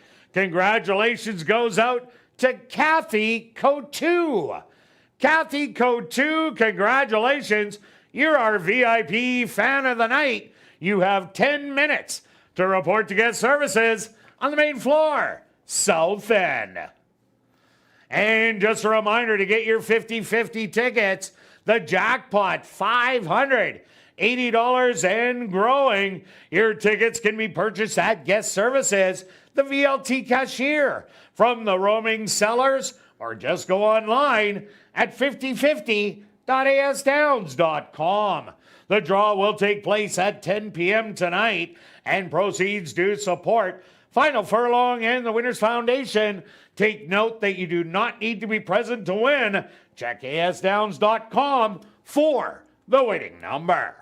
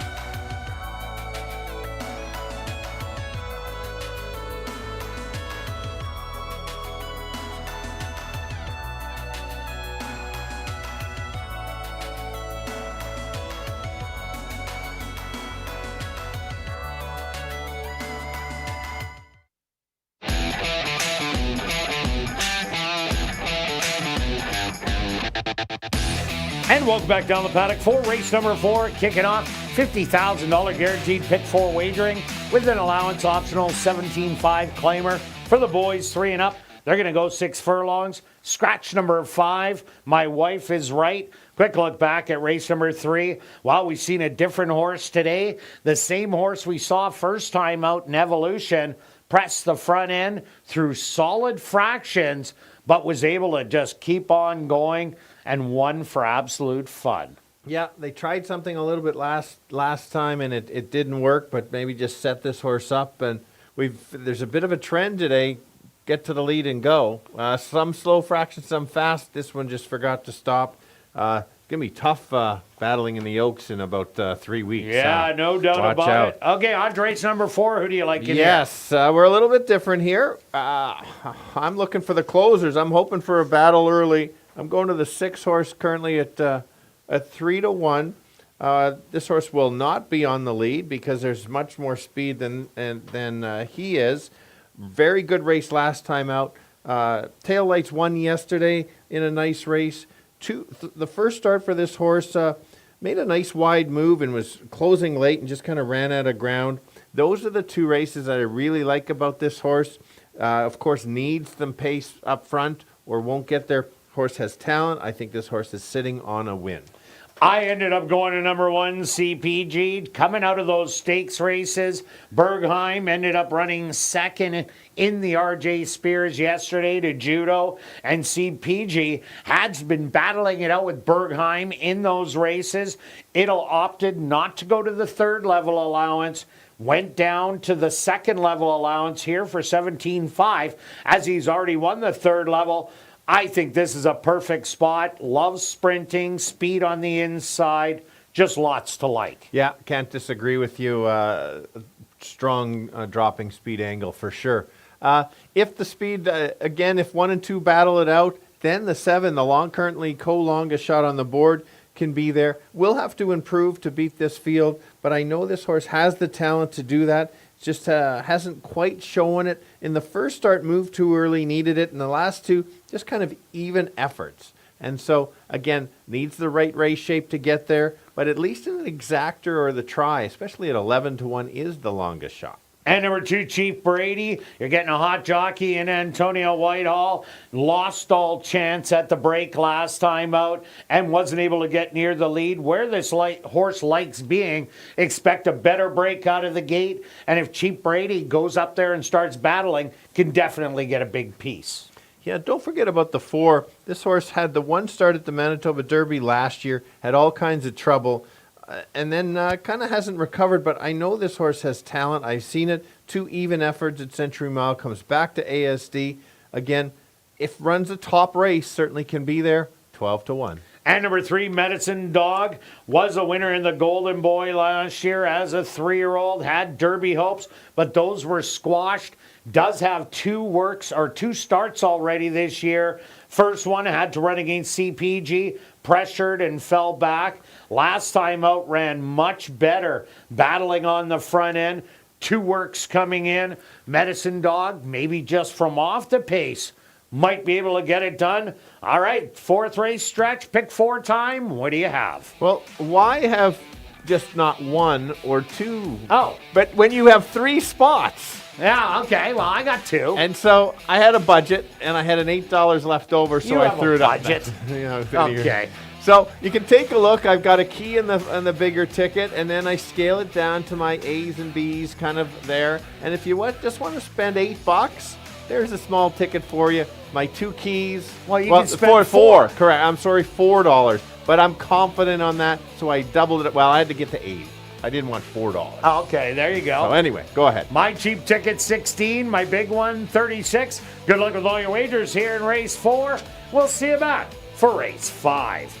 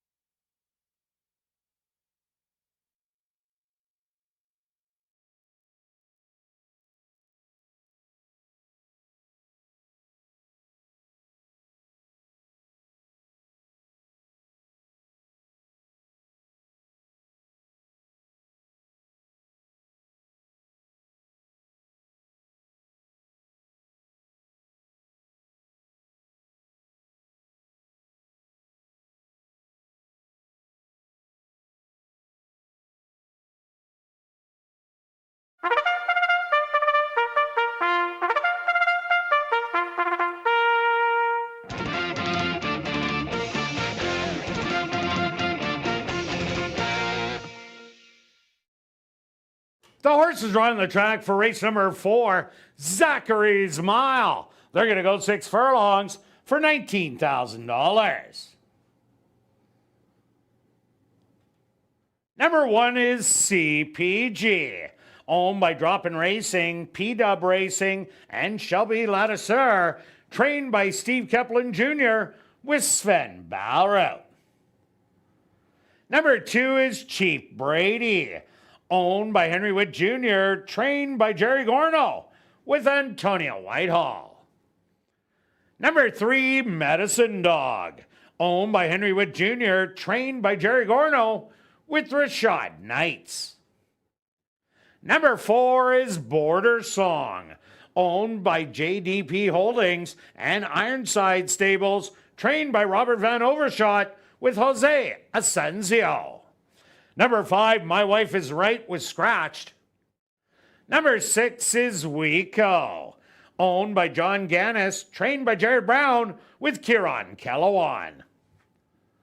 Rounding out the field is number 7, Designated Hitter, owned by Neil Van Dorp and Tim Whitnick, trained by Carl Anderson with Javanil Patterson. Zachary's Mile, kicking off $50,000 guaranteed pick 4 wagering. They'll go to post in approximately 4 minutes.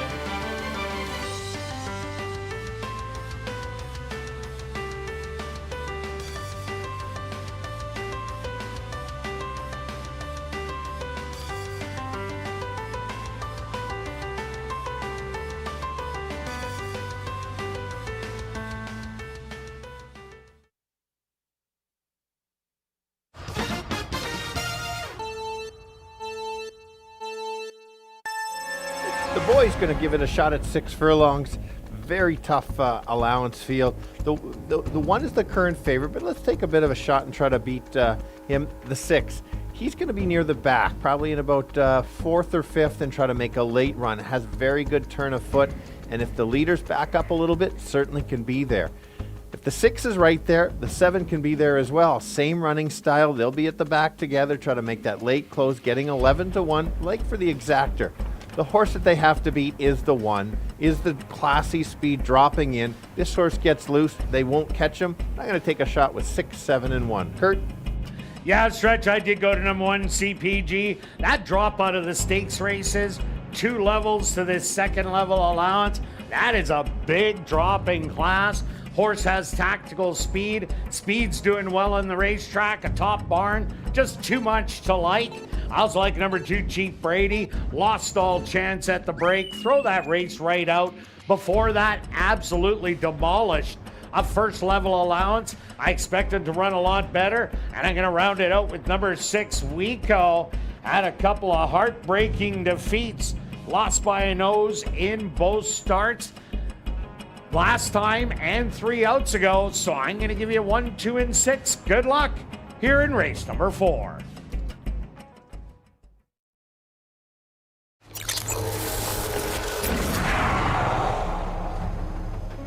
It's now 2 minutes to post time at ASD.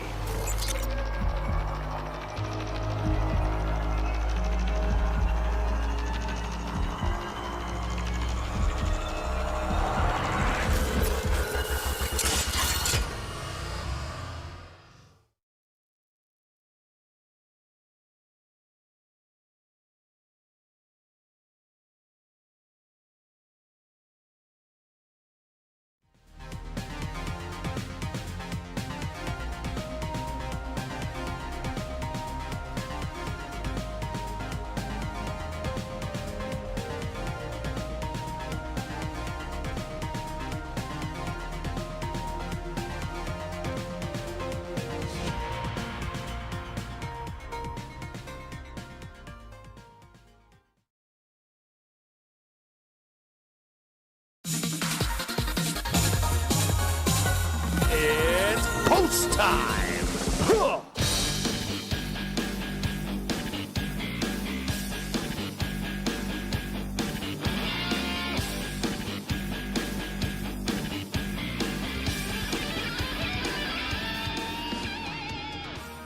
CPG, the 6-5 favorite. The first one to go in. Chief Brady has found his spot. Next up will be Medicine Dog.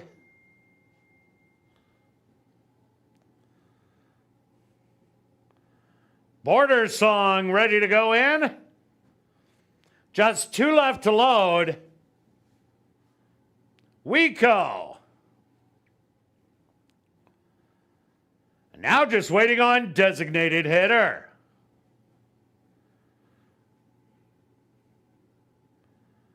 They're all set. They're at the post. And they're off. From the inside, CPG. Away well, Medicine Dog. Matches him on the outside like a shadow.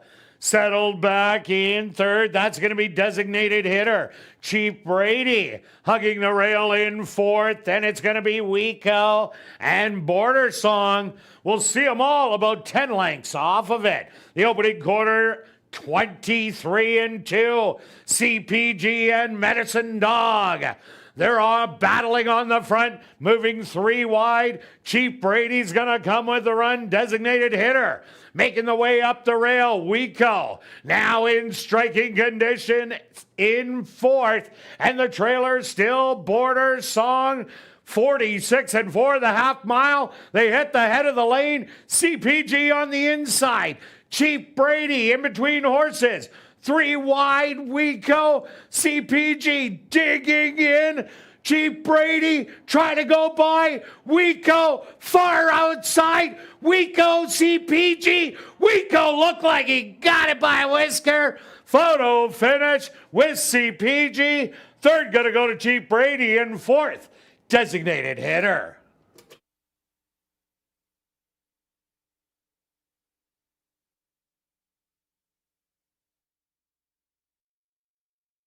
The stewards have requested a photograph to determine the winning horse. They went the opening quarter 23-2. The half 46-4. 5 furlongs 59-2. Time for the 6 furlongs 112-3.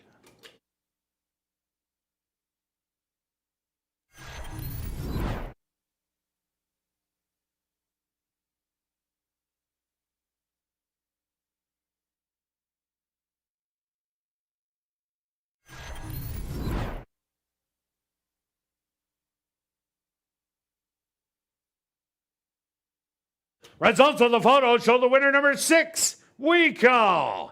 Second goes to number 1, CPG. Third to number 2, Chief Brady. And fourth to number 7, Designated Hitter.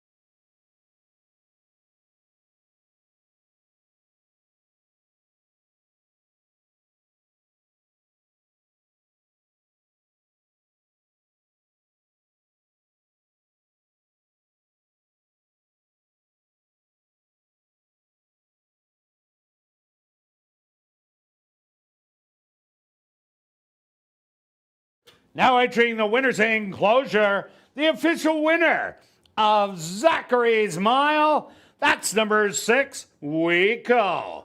Wico is a dark bay round gelding, 6 years old, by No Nay Never, out of the mare Mundus Novus, by Unbridled Song. Owned by John Gannis, trained by Jared Brown, and ridden to victory by Kieran Calawan. Time for the 6 furlongs, 1:12-3. Congratulations goes out to jockey Kieran Calawan, who scores the double. 2 wins for jockey Kieran Calawan. Race 4 is official in the upcoming 5th race. Our VIP Fan of the Night race, there are no changes. Post time for race number 4, 15 minutes away.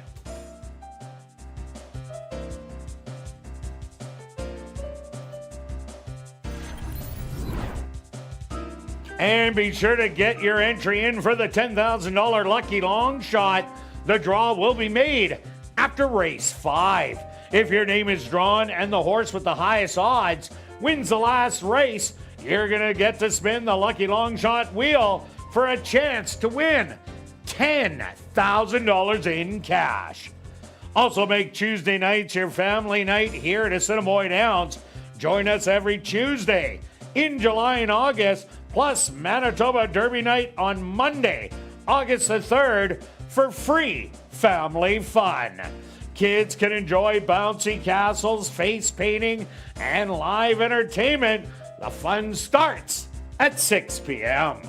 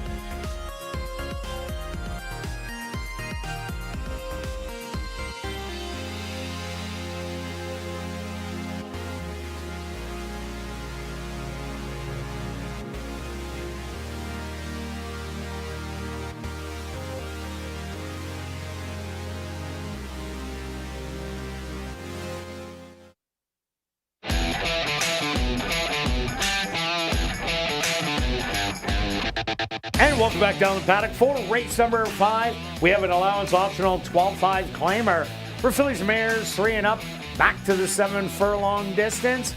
Quick look back at race number 4. What a race stretch. CPG battling it out with Medicine Dog. You see how Jerry Gorno sent one of them. I really like how Chief Brady came off the pace. That was really impressive, but Wico was just able to get up at the wire. Yeah, you called it that the two might come just off. I like the ride. That's going to set them up for next time. Oh, and big time, especially if they go around 2 turns. for sure. And Wico, that's the race I saw first out over the track. A very good race, and just got up. Just a great horse race all way around.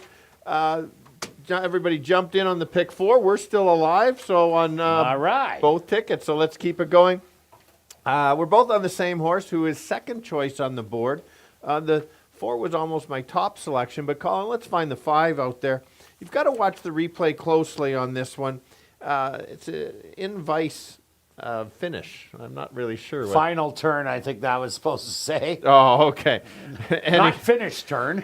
Yeah. Anyway, got trapped along the rail a little bit. And A little bit. And had to wait. The key for this horse had to wait. And if you listen to Kirt's call, very good call, it goes, finally got out. And then he just ran out of ground. I think a cleaner trip certainly can be there, but be careful, because if somebody gets loose, closers are always up against it. And the track, how it's playing today, had to be an all-out duel in the last race for the 6 just to get up. So somebody gets loose, that's how the 5 could potentially lose. Yeah, and the horse that might get loose is number 4, Dancing Raquel. Ran a good race 2 outs ago, battled, drew off to win by 4, the comeback race. Get My Drift was a little quicker out of the gate. Dancing Raquel had to play catch-up, but that was a great stalking effort, only to lose by a head. That's why it's 6-5 on the board, and deservedly so. For sure. We've both got the 1 along the rail because, you don't like to leave those ones out going the 7 furlongs. You got the 1 long shot run a nice second today already. A good race last time. Get My Drift, which you're going to see in the next race, in the stake race. That horse stole the race. And Stole 2 in a row. Stole 2 in a row. And it's hard to run down, like we talked about the speed, especially 7 furlongs. Run similar to that race is certainly in the mix to at least be in the exactor, and 9-1's a very nice price. Also look at number 3, Zabibo, a really nice Manitoba bred, back-to-back second place finishes. Ran in a non-3 lifer 2 outs ago, and then last time out was in a non-2 lifer, only lost by a half a length to Starship Paradise. Zabibo doesn't have speed though. Zabibo likes being sitting on the rail, making a late run. Not really conducive to today's track around the 2 turns, but this horse will give its best effort. Absolutely, in the money a lot of times. Let's look at the 2, an Invader from Turf Paradise in Phoenix. A couple steady works all the way back. Took the time off since March after a not so good start. This horse has been going around the 1 turn, the 6 furlongs of 5.5. So it's going to be interesting to see where this horse fits. The numbers from 2 and 3 back are very good, very competitive. It's just going to see if this horse can take to our track. Well, 3 outs ago ran against Rocky Bay Ray, who is the 1 horse in the next race, the stake. Also look at number 6, Easy Triates.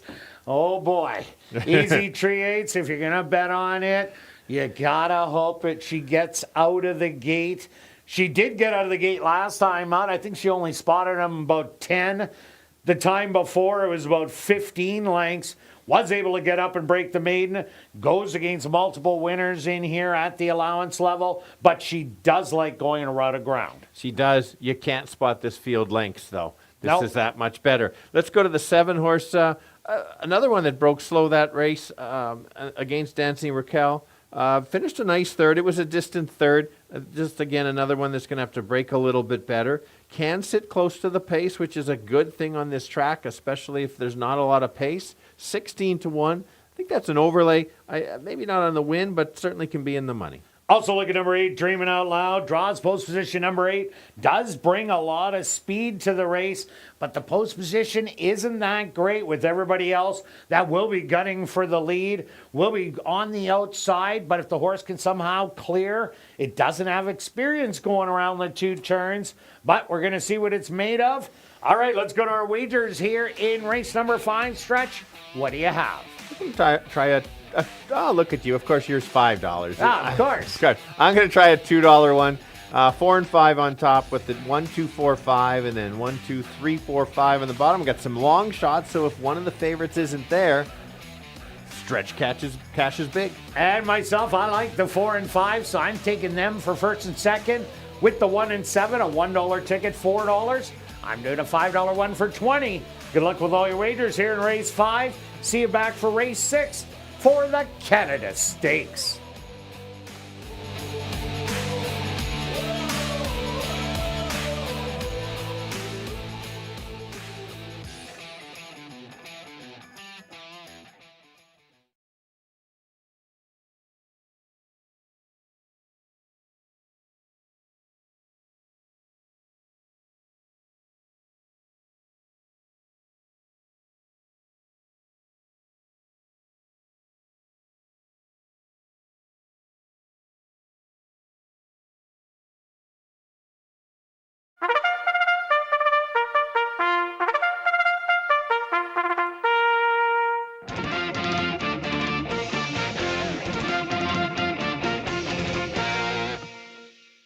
The horses are on the track for race number 5, our VIP Fan of the Night race.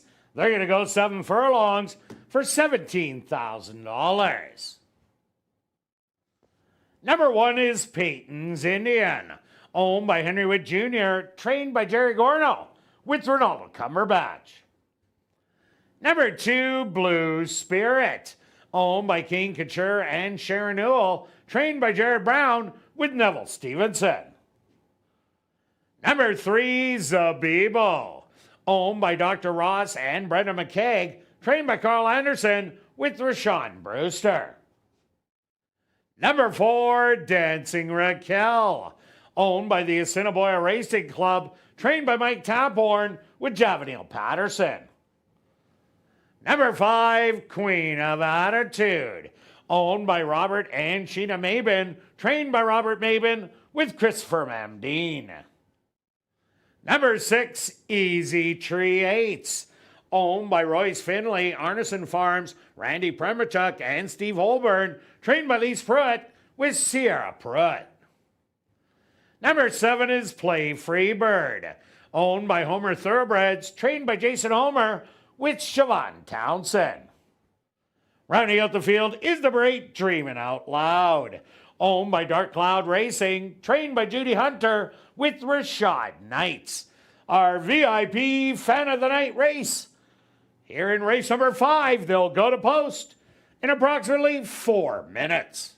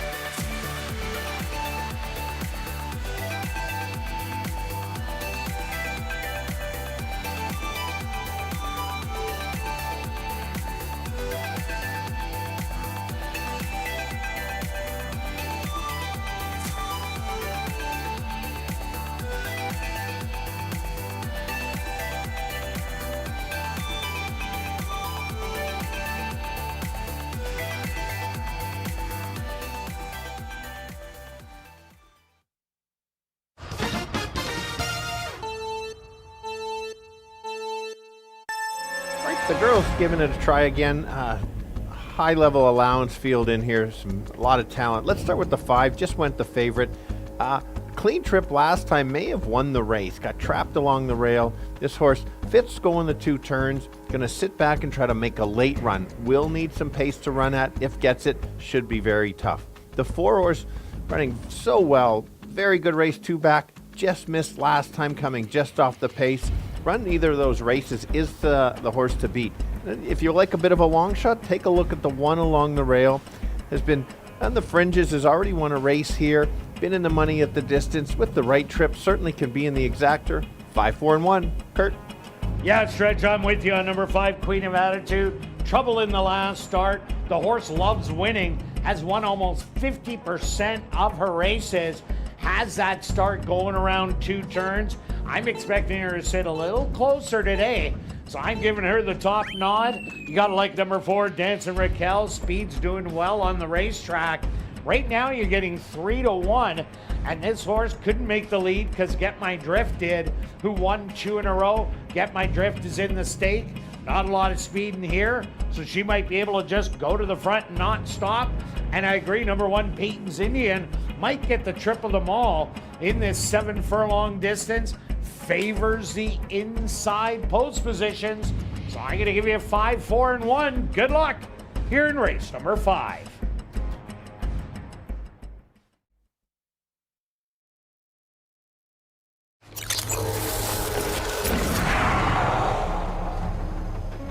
It's now 2 minutes to post time at ASD.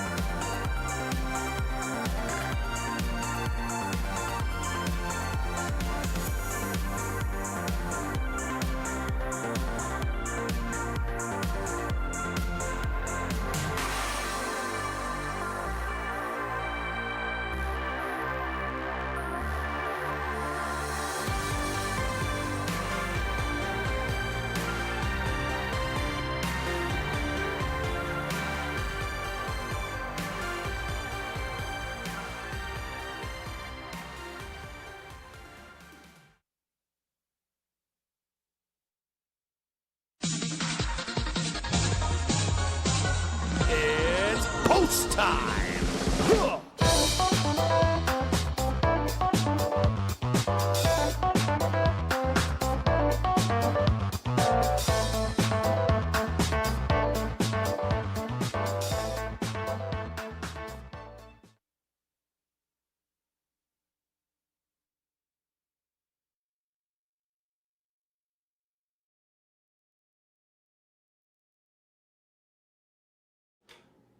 Queen of Attitude, the current 9 to 5 favorite.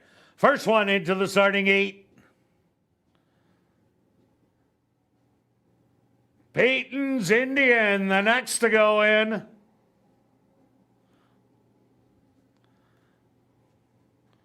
Here comes Blue Spirit.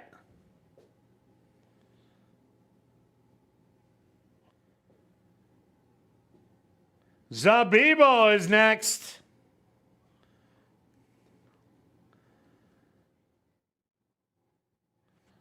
Now the slight favorite, Dancing Raquel.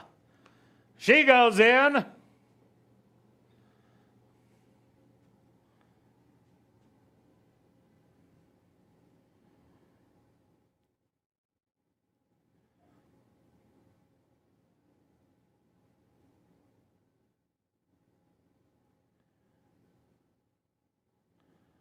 Play Freebird is now loaded. Just 2 left to load.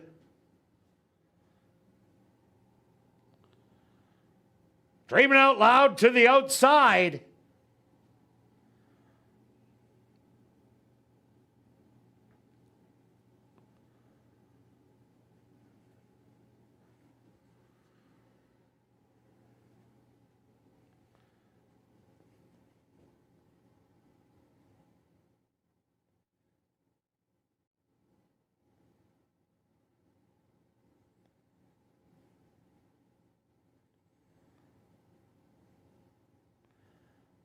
Dreaming Out Loud now in. Just waiting on Easy Tree 8s.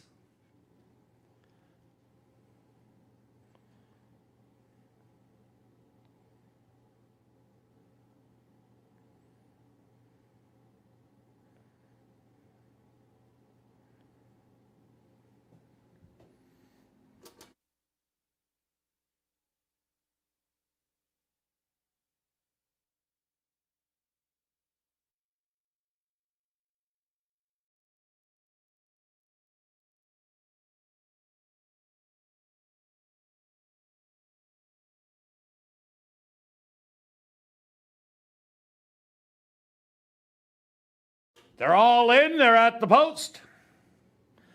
And they're off. Easy Tree Ace breaking well today. From the inside, Peyton's Indian showing speed, as is Blue Spirit, and 3 wide, Dancing Raquel. Settled back to the outside, Play Freebird. To the far outside, Dreaming Out Loud. Now making a big wide move. That's Easy Tree 8s.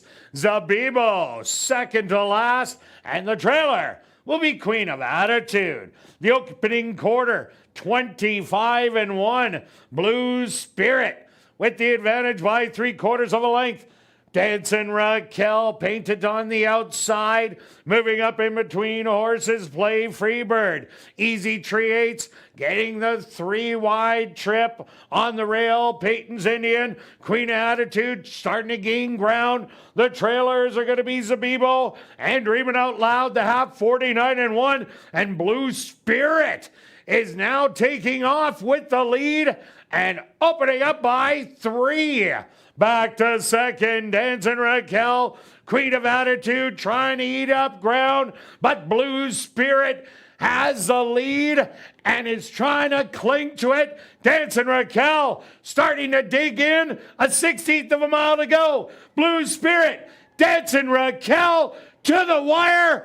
It's those two, Blue Spirit on the inside, Dancing Raquel on the outside. Third's going to be Queen of Attitude, and fourth, Peyton's Indian.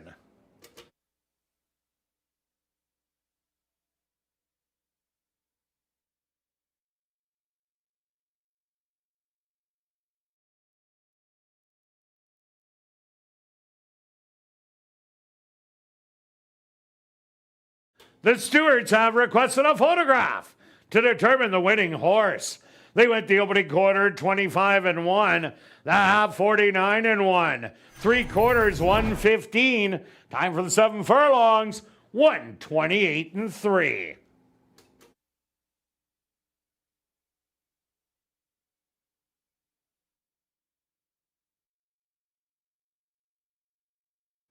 Results of the photo show the winner number 2, Blue Spirit. Second goes to number 4, Dancing Raquel. Third to number 1, Peyton's Indian. And fourth to number 5, Queen of Attitude.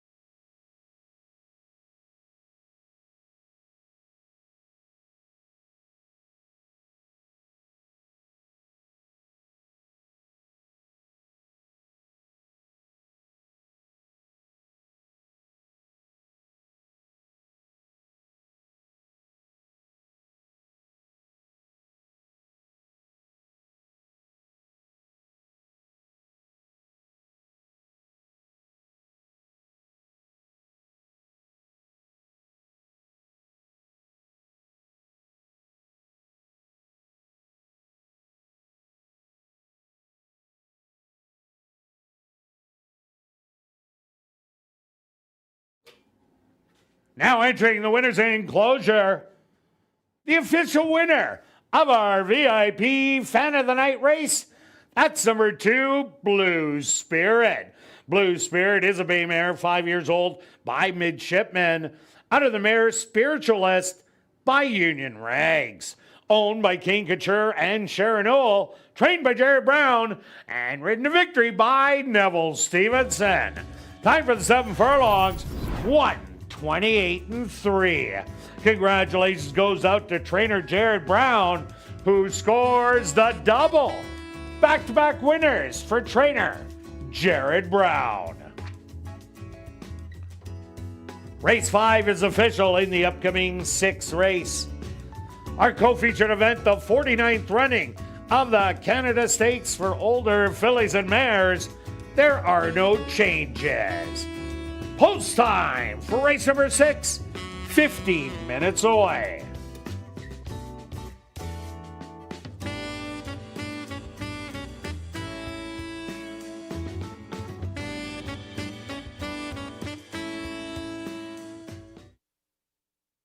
And we've drawn our lucky long shot winner. Congratulations goes out to Alex Bush. That's Alex Bush. Congratulations. You're our lucky long shot winner. You have 10 minutes to report to guest services on the main floor, South End. And time is running out to get your 50-50 tickets. The current jackpot, $1,550 and still growing. Get your tickets at guest services, the VLT cashier's cage from the roaming 50-50 ticket seller, or just go online at 5050.asdowns.com. Sales close at 9:50 p.m., a little over 22 minutes away. You don't want to miss out. And just a reminder that the Manitoba Night Market and Festival takes place this Sunday right here at Assiniboia Downs. Enjoy over 20 food trucks, 140 local artisans and vendors, live music, kids activities, and admission is just $10. Kids 5 and under free with parking at $5. Visit asdowns.com for more information.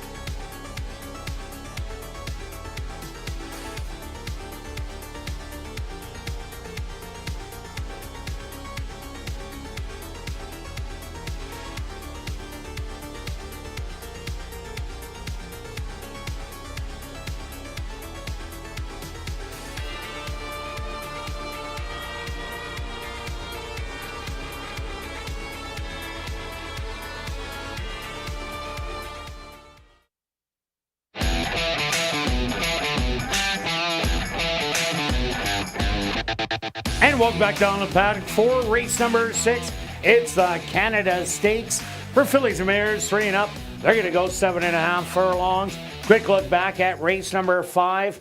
Well, Stretch, the inside speed, going 2 turns, did it again as Blue Spirit was able to get good positioning, make a little advance, opening up 4 at the head of the lane, and just lasting for victory. Yeah, I like the ride. Just try to beat them to the wire with that type of horse. Had nothing left at the wire, but that's what you want.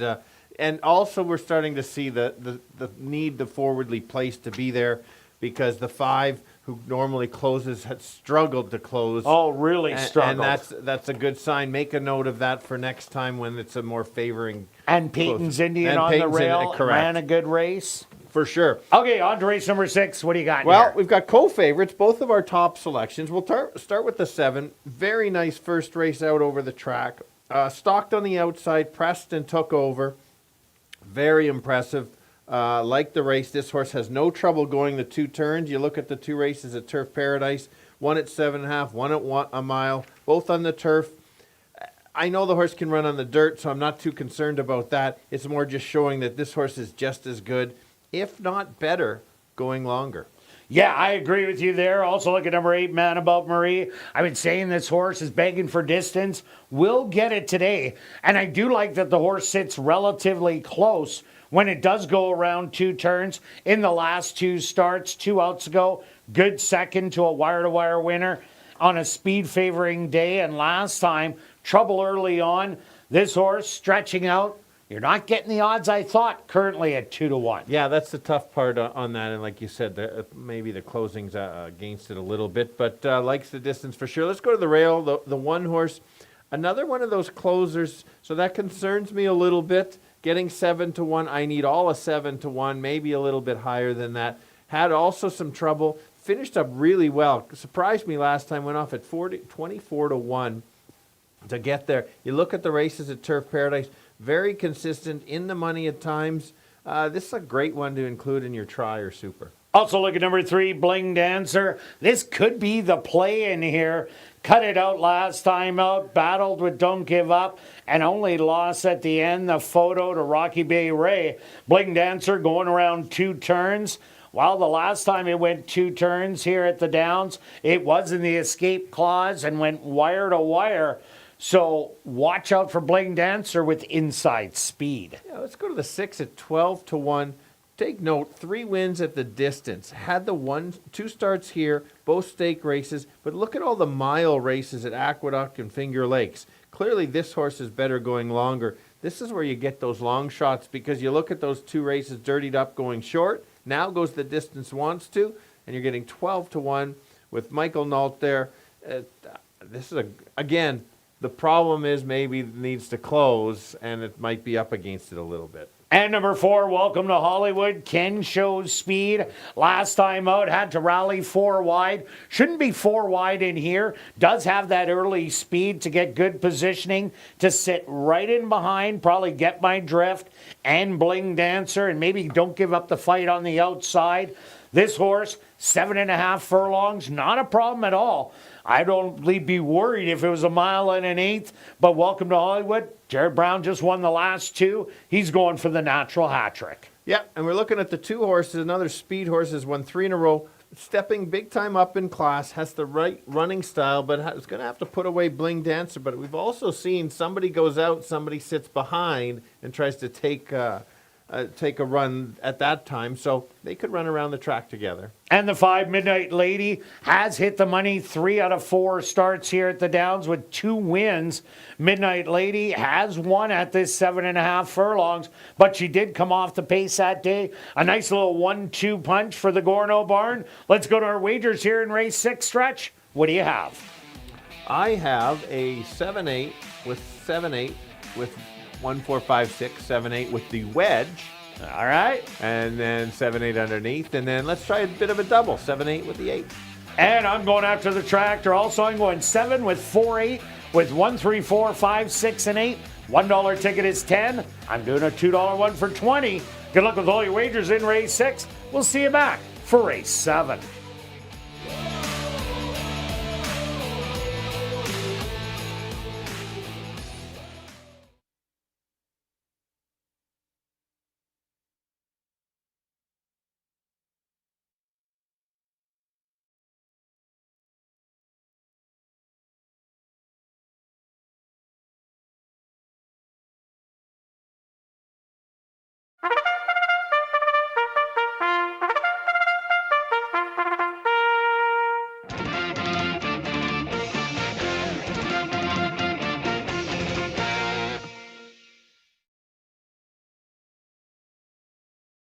Assiniboia Downs is proud to present our co-featured event here in race number 6. It's the 49th running of the Canada Stakes for fillies and mares. They're going to go 7.5 furlongs for $50,000. Number 1 is Rocky Bay Ray, owned by Randy Lane and Roy Nelson, trained by Sidney Krasner with Ronaldo Cumberbatch. Number 2, Get My Drift, owned by Henry Witt Jr., trained by Jerry Gorno with Sheldon Chickeness.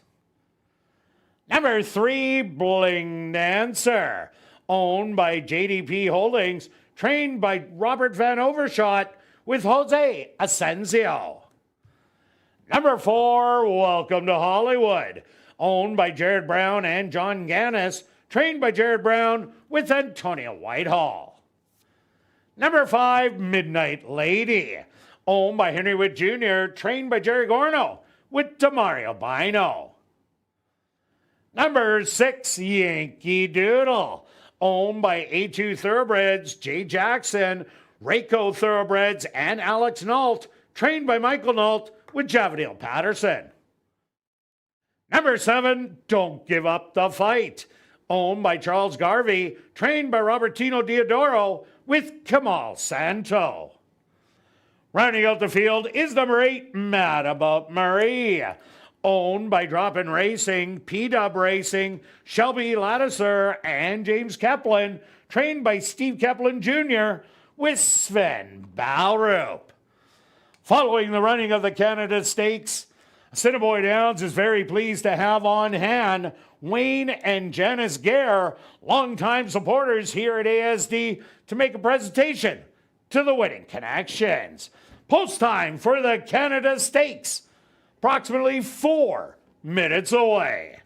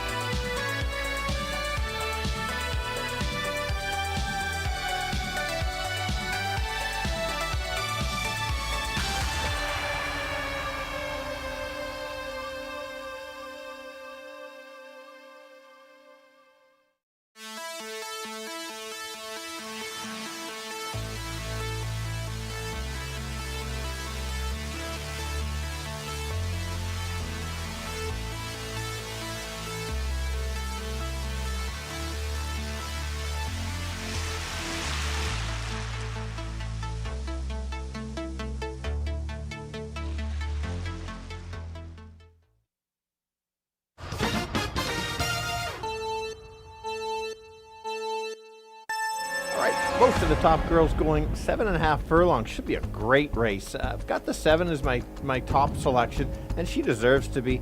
One beat many of these going 6 furlongs, now going 7.5. She might be better going this extra distance. She's the horse to beat. How about the 8? This horse had tons of trouble last time, was closing, just got stuck behind some horses, is going to have to break that much better, find positioning, and then try to run them down.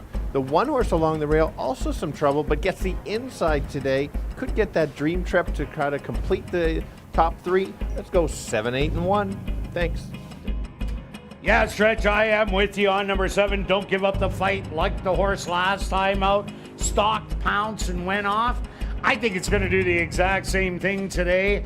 It was just such an easy winner. A repeat today, not a surprise. Number 8, Mad About Marie, finally gets a route of ground, and I've been waiting for this horse to go around 2 turns.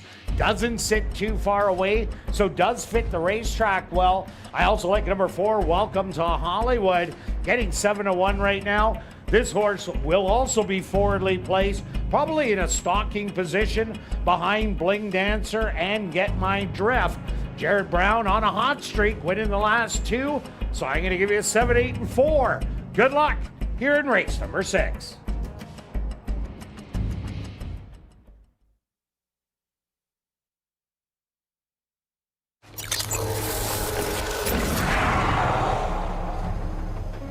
It's now 2 minutes to post time at ASD.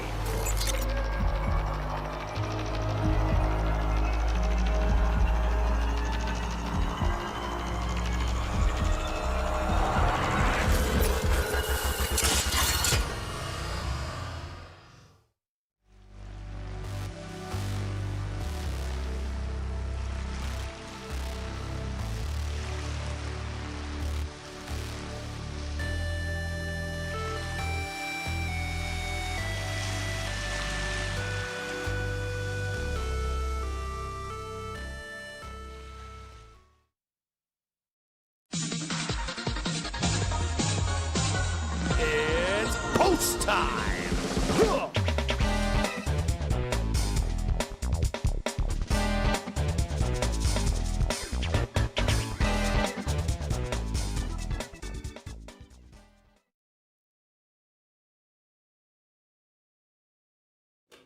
Rocky Bay Ray leads the fillies and mares into the starting gate.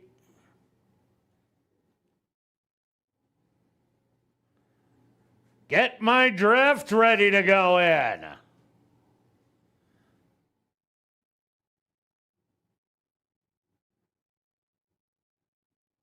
Next up, Bling Dancer.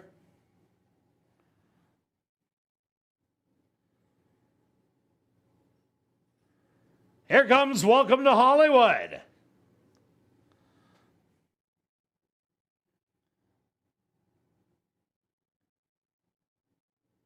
Midnight Lady set to go in.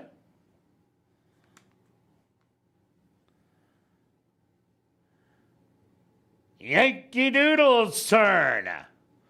Just 2 left to load.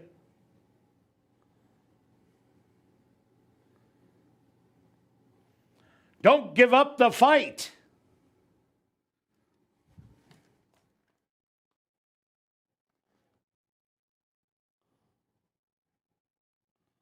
And now just waiting on Mad About Marie.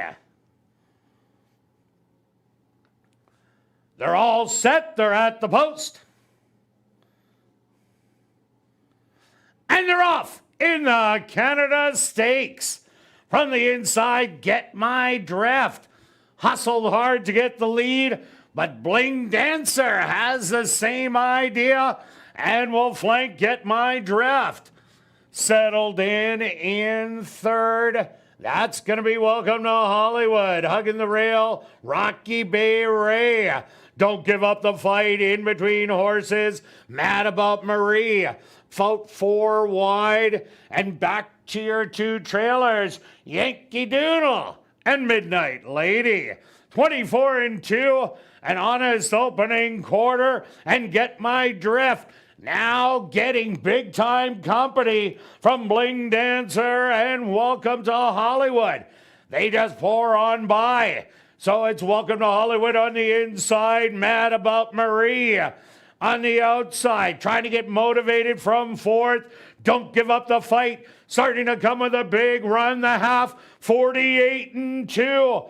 On the inside, Welcome to Hollywood. On the outside, Mad About Marie. Don't give up the fight.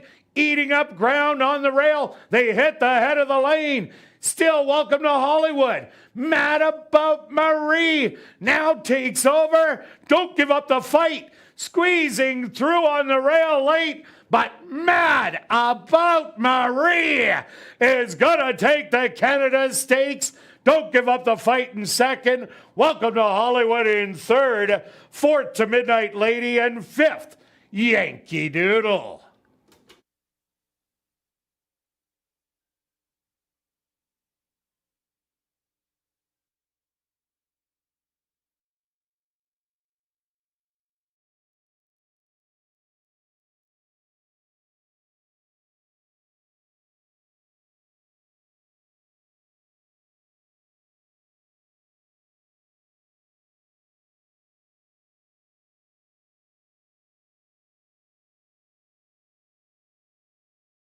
The stewards opposed to number 8, Mad About Marie, as your race winner. Second goes to number 7, Don't Give Up the Fight. Third to number 4, Welcome to Hollywood. Fourth to number 5, Midnight Lady. And fifth to number 6, Yankee Doodle. They went the opening quarter 24-2, the half 48-2. 6 furlongs, 113-3, 7 furlongs. 127-1. Time for the 7.5 furlongs. 134-1.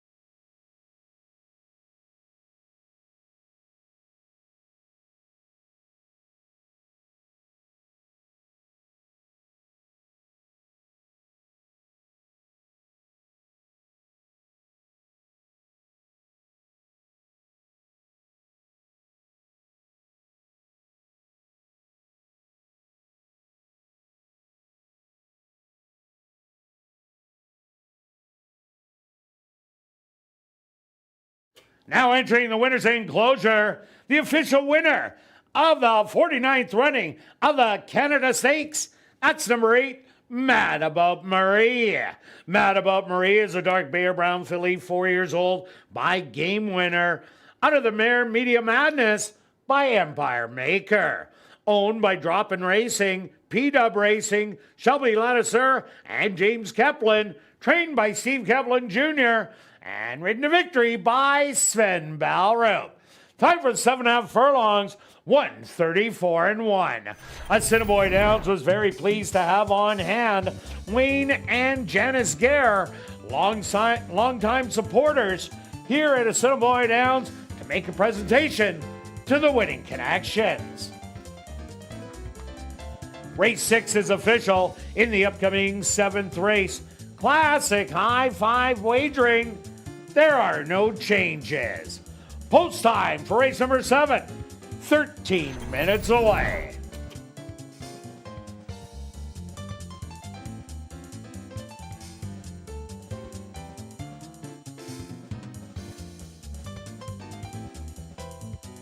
And after the final race, be sure to head up to the clubhouse for our popular Crazy Hour. Beer, shots, and wine, $5.50 and 25% off all starters. And a $500 Crazy Hour cash draw will take place at 11:30 p.m. in the VLT Lounge. Also, just a reminder that Girls' Night Out takes place tomorrow night. Grab your friends, wear your favorite fancy hat, and join us for an evening of live racing, drink specials, line dancing, and cash draws just for the girls. Racing starts at 7:30. We hope to see you tomorrow for Girls' Night Out.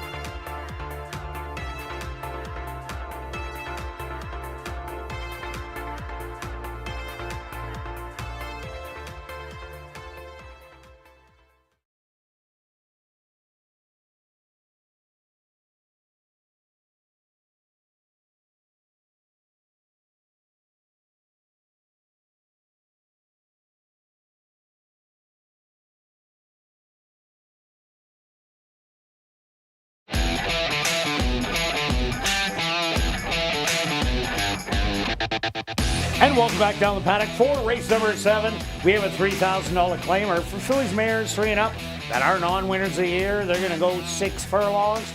Quick look back at race 6, the Canada Stakes. Well, Stretch, we've been waiting for Mad About Marie to stretch out. Well, she did today, and what a big race. It was a big race, and if you play the races regularly, it just shows why you have to watch the replay. You know the horse was supposed to better on the stretch out, but that replay showed how good this horse is after all the trouble. And it's like, well, how could you take this horse? It lost to the 7 by 2 1/4 lengths and lost to other ones. Well, watch the replay, and you get paid that way. Closing it out on, well, from the top horses on the ground to, well, the horses that were better, are looking for their first win in a while. Always they could be top horses in their own right back in the day. That's exactly what I was going to say, and some of them certainly were. It's just they're struggling right now. We got to turn it around. Let's go to the 8 on the outside. This horse only had 2 starts last year at Hastings Park, both very nice races, comes off the pace. Clearly, as the day's going, you can see you can't come too far off. The 8 in the last race had to move early to get there. To get the win. I like the works coming in. If there's a battle up front, this horse certainly can get there on first start, getting 5-1. That's the price for me. Number 6, Miss Z, has been knocking on the door in back-to-back races.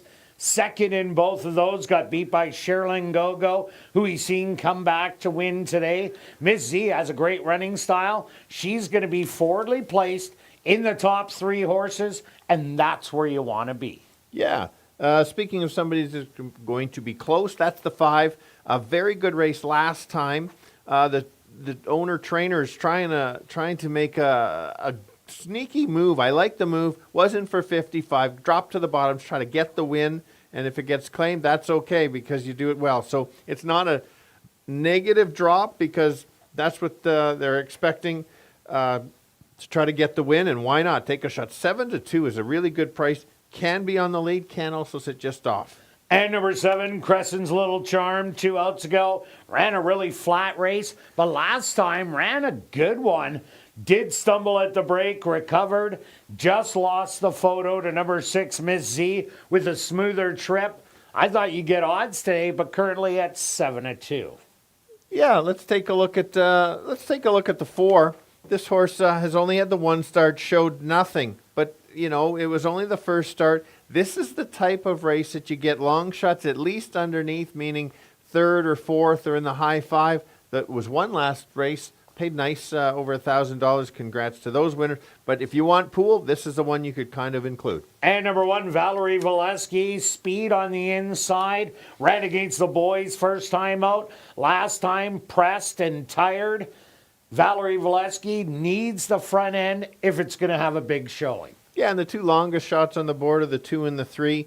Off form, but again, like I said, the 3s only had the 1 start, and the 2 showed a little bit more last time. They are going to have to improve, but in their best day, they could be in the mix. All right, let's go to our wagers here in race 7, Stretch. What do you have? I've got 20 to win on the 8. All right. Okay. I've got my 20 to show on the 8 because... we know you're setting it up for tomorrow. And Kim's on the graphics. I'm going to do a classic stretch change alert. You're right on the speed. I'm adding the 1. Make it a $3 exacta box, 1, 5, and 8, adjusting to the track. That's what you got to do. So it's $18. And I'm going after the triactor. I'm doing a stretch triactor. I'm going to take 1 and 6 with 1, 6, 7... with 1, 5, 6, 7, 8, a $1 ticket, $12. I'm doing a $2 one for $24. Good luck with all your wagers here in race 7. We'll see you back tomorrow, 6:45 Central for ASD Live.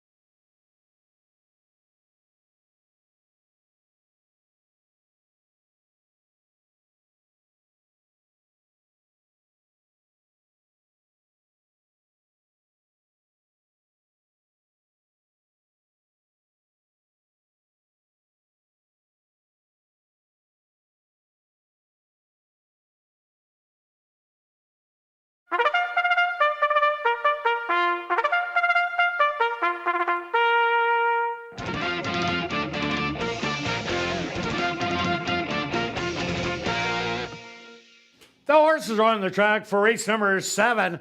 They're going to go 6 furlongs for $10,000. Number 1 is Valerie Valesky, owned by Robert and Sheena Mabin, trained by Robert Mabin with Kamal Santo. Number 2, Maybella, owned by TP Racing, trained by Maria Stanford with Ronaldo Cumberbatch. Number 3 is JJ's American Diva, owned by Life Journey, trained by Jared Brown with Dario Dalrymple.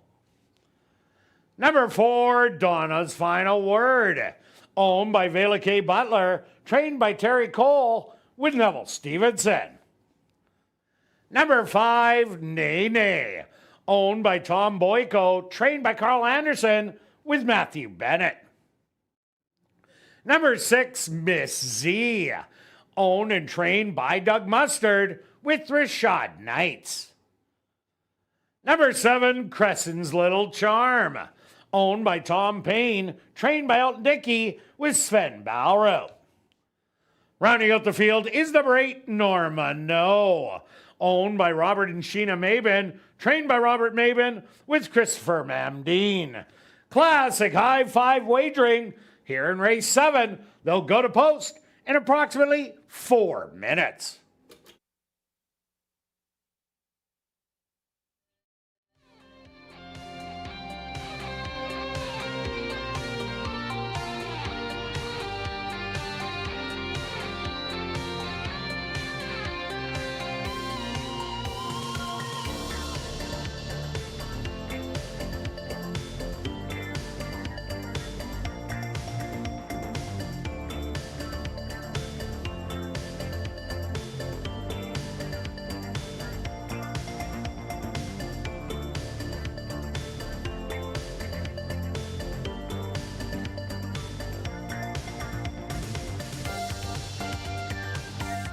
And ladies and gentlemen, we've drawn our winning ticket.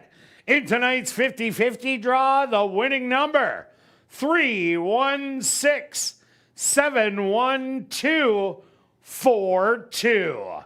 Once again, the winning ticket in tonight's 50-50 draw, 31671242.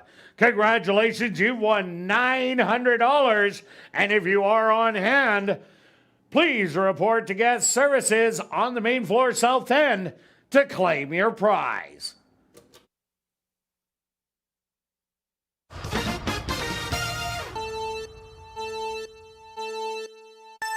All right, the girls close it out going 6 furlongs.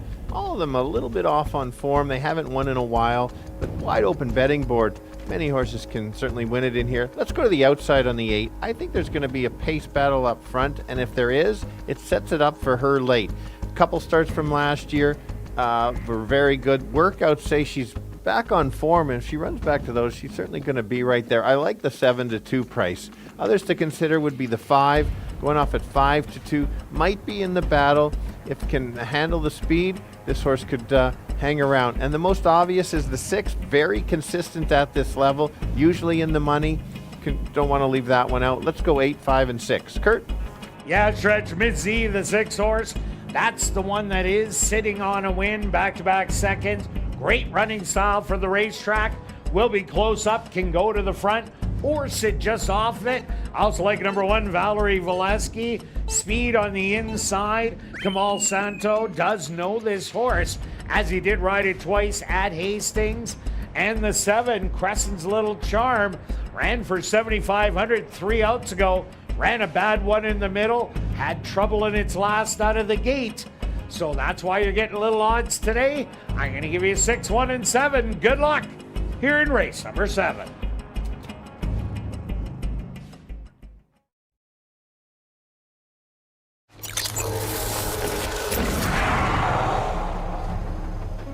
It's now 2 minutes to post time at ASD.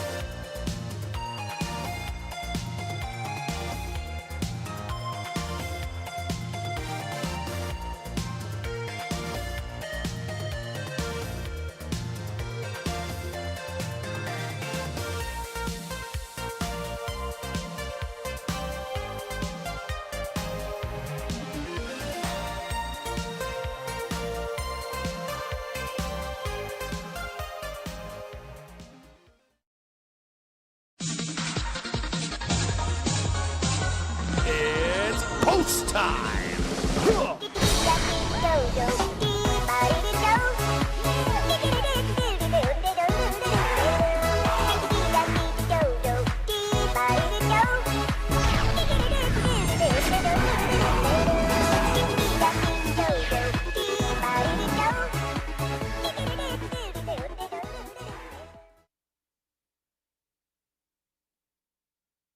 Valerie Volesky leads the field in for the nightcap.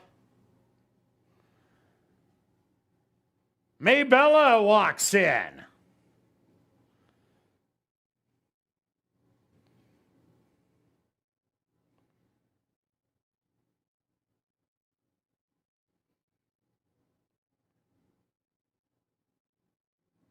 JJ's American Diva is loaded. Donald's final word is in. Here comes Nene.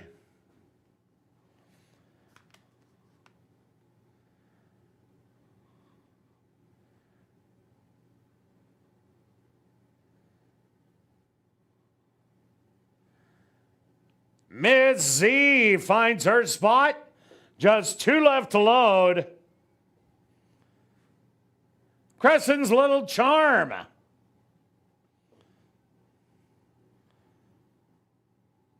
Now just waiting on our favorite at 5-2, Norma No.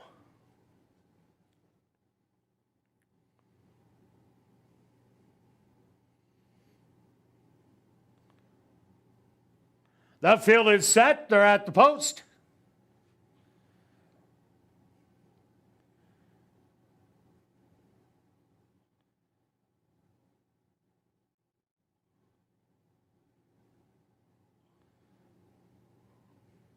Norma No backed away a little.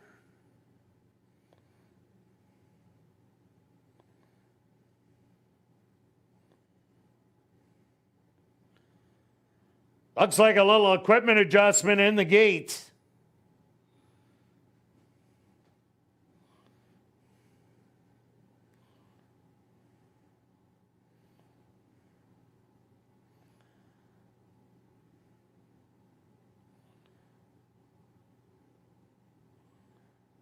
Everything looks good. Once again, they're at the post. And they're off. From the middle of the track, that's Nene. Showing good speed on the inside, Valerie Volesky. To the far outside, Crescent's Little Charm. Also showing the speed, Miss Z will settle back in 4th. 3 more lengths back to Norma No. Then it's going to be Maybella to her outside. Donna's final word. And JJ's American Diva. Could see them all. 23-4 the opening quarter. And it's Nene on the inside. Crescent's Little Charm on the outside. On the rail, Valerie Volesky is going to need some room, making a 3-wide bid. That's Miss Z and Norma No. Settled in 5th. 47-1, 4 across the track. Valerie Volesky squeaks through on the rail to the outside. Nene 3 wide. That's still Miss Z. And in between horses, Norma No has found a late seam. Norma No is going to get it done. Valerie Volesky in 2nd. Very close for 3rd and 4th between Miss Z, Crescent's Little Charm, and Nene rounds out your top 5.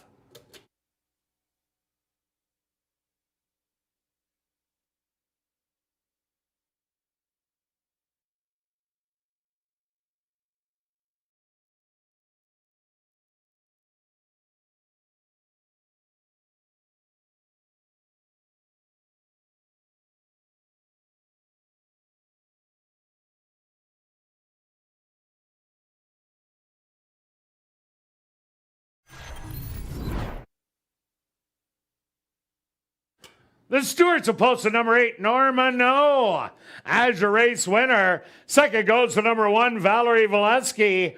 Third to number 6, Miss Z. Fourth to number 7, Crescent's Little Charm. And fifth to number 5, Nay Nay. They went the opening quarter 23-4, the half 47-1. 5 furlongs, a minute and 4/5.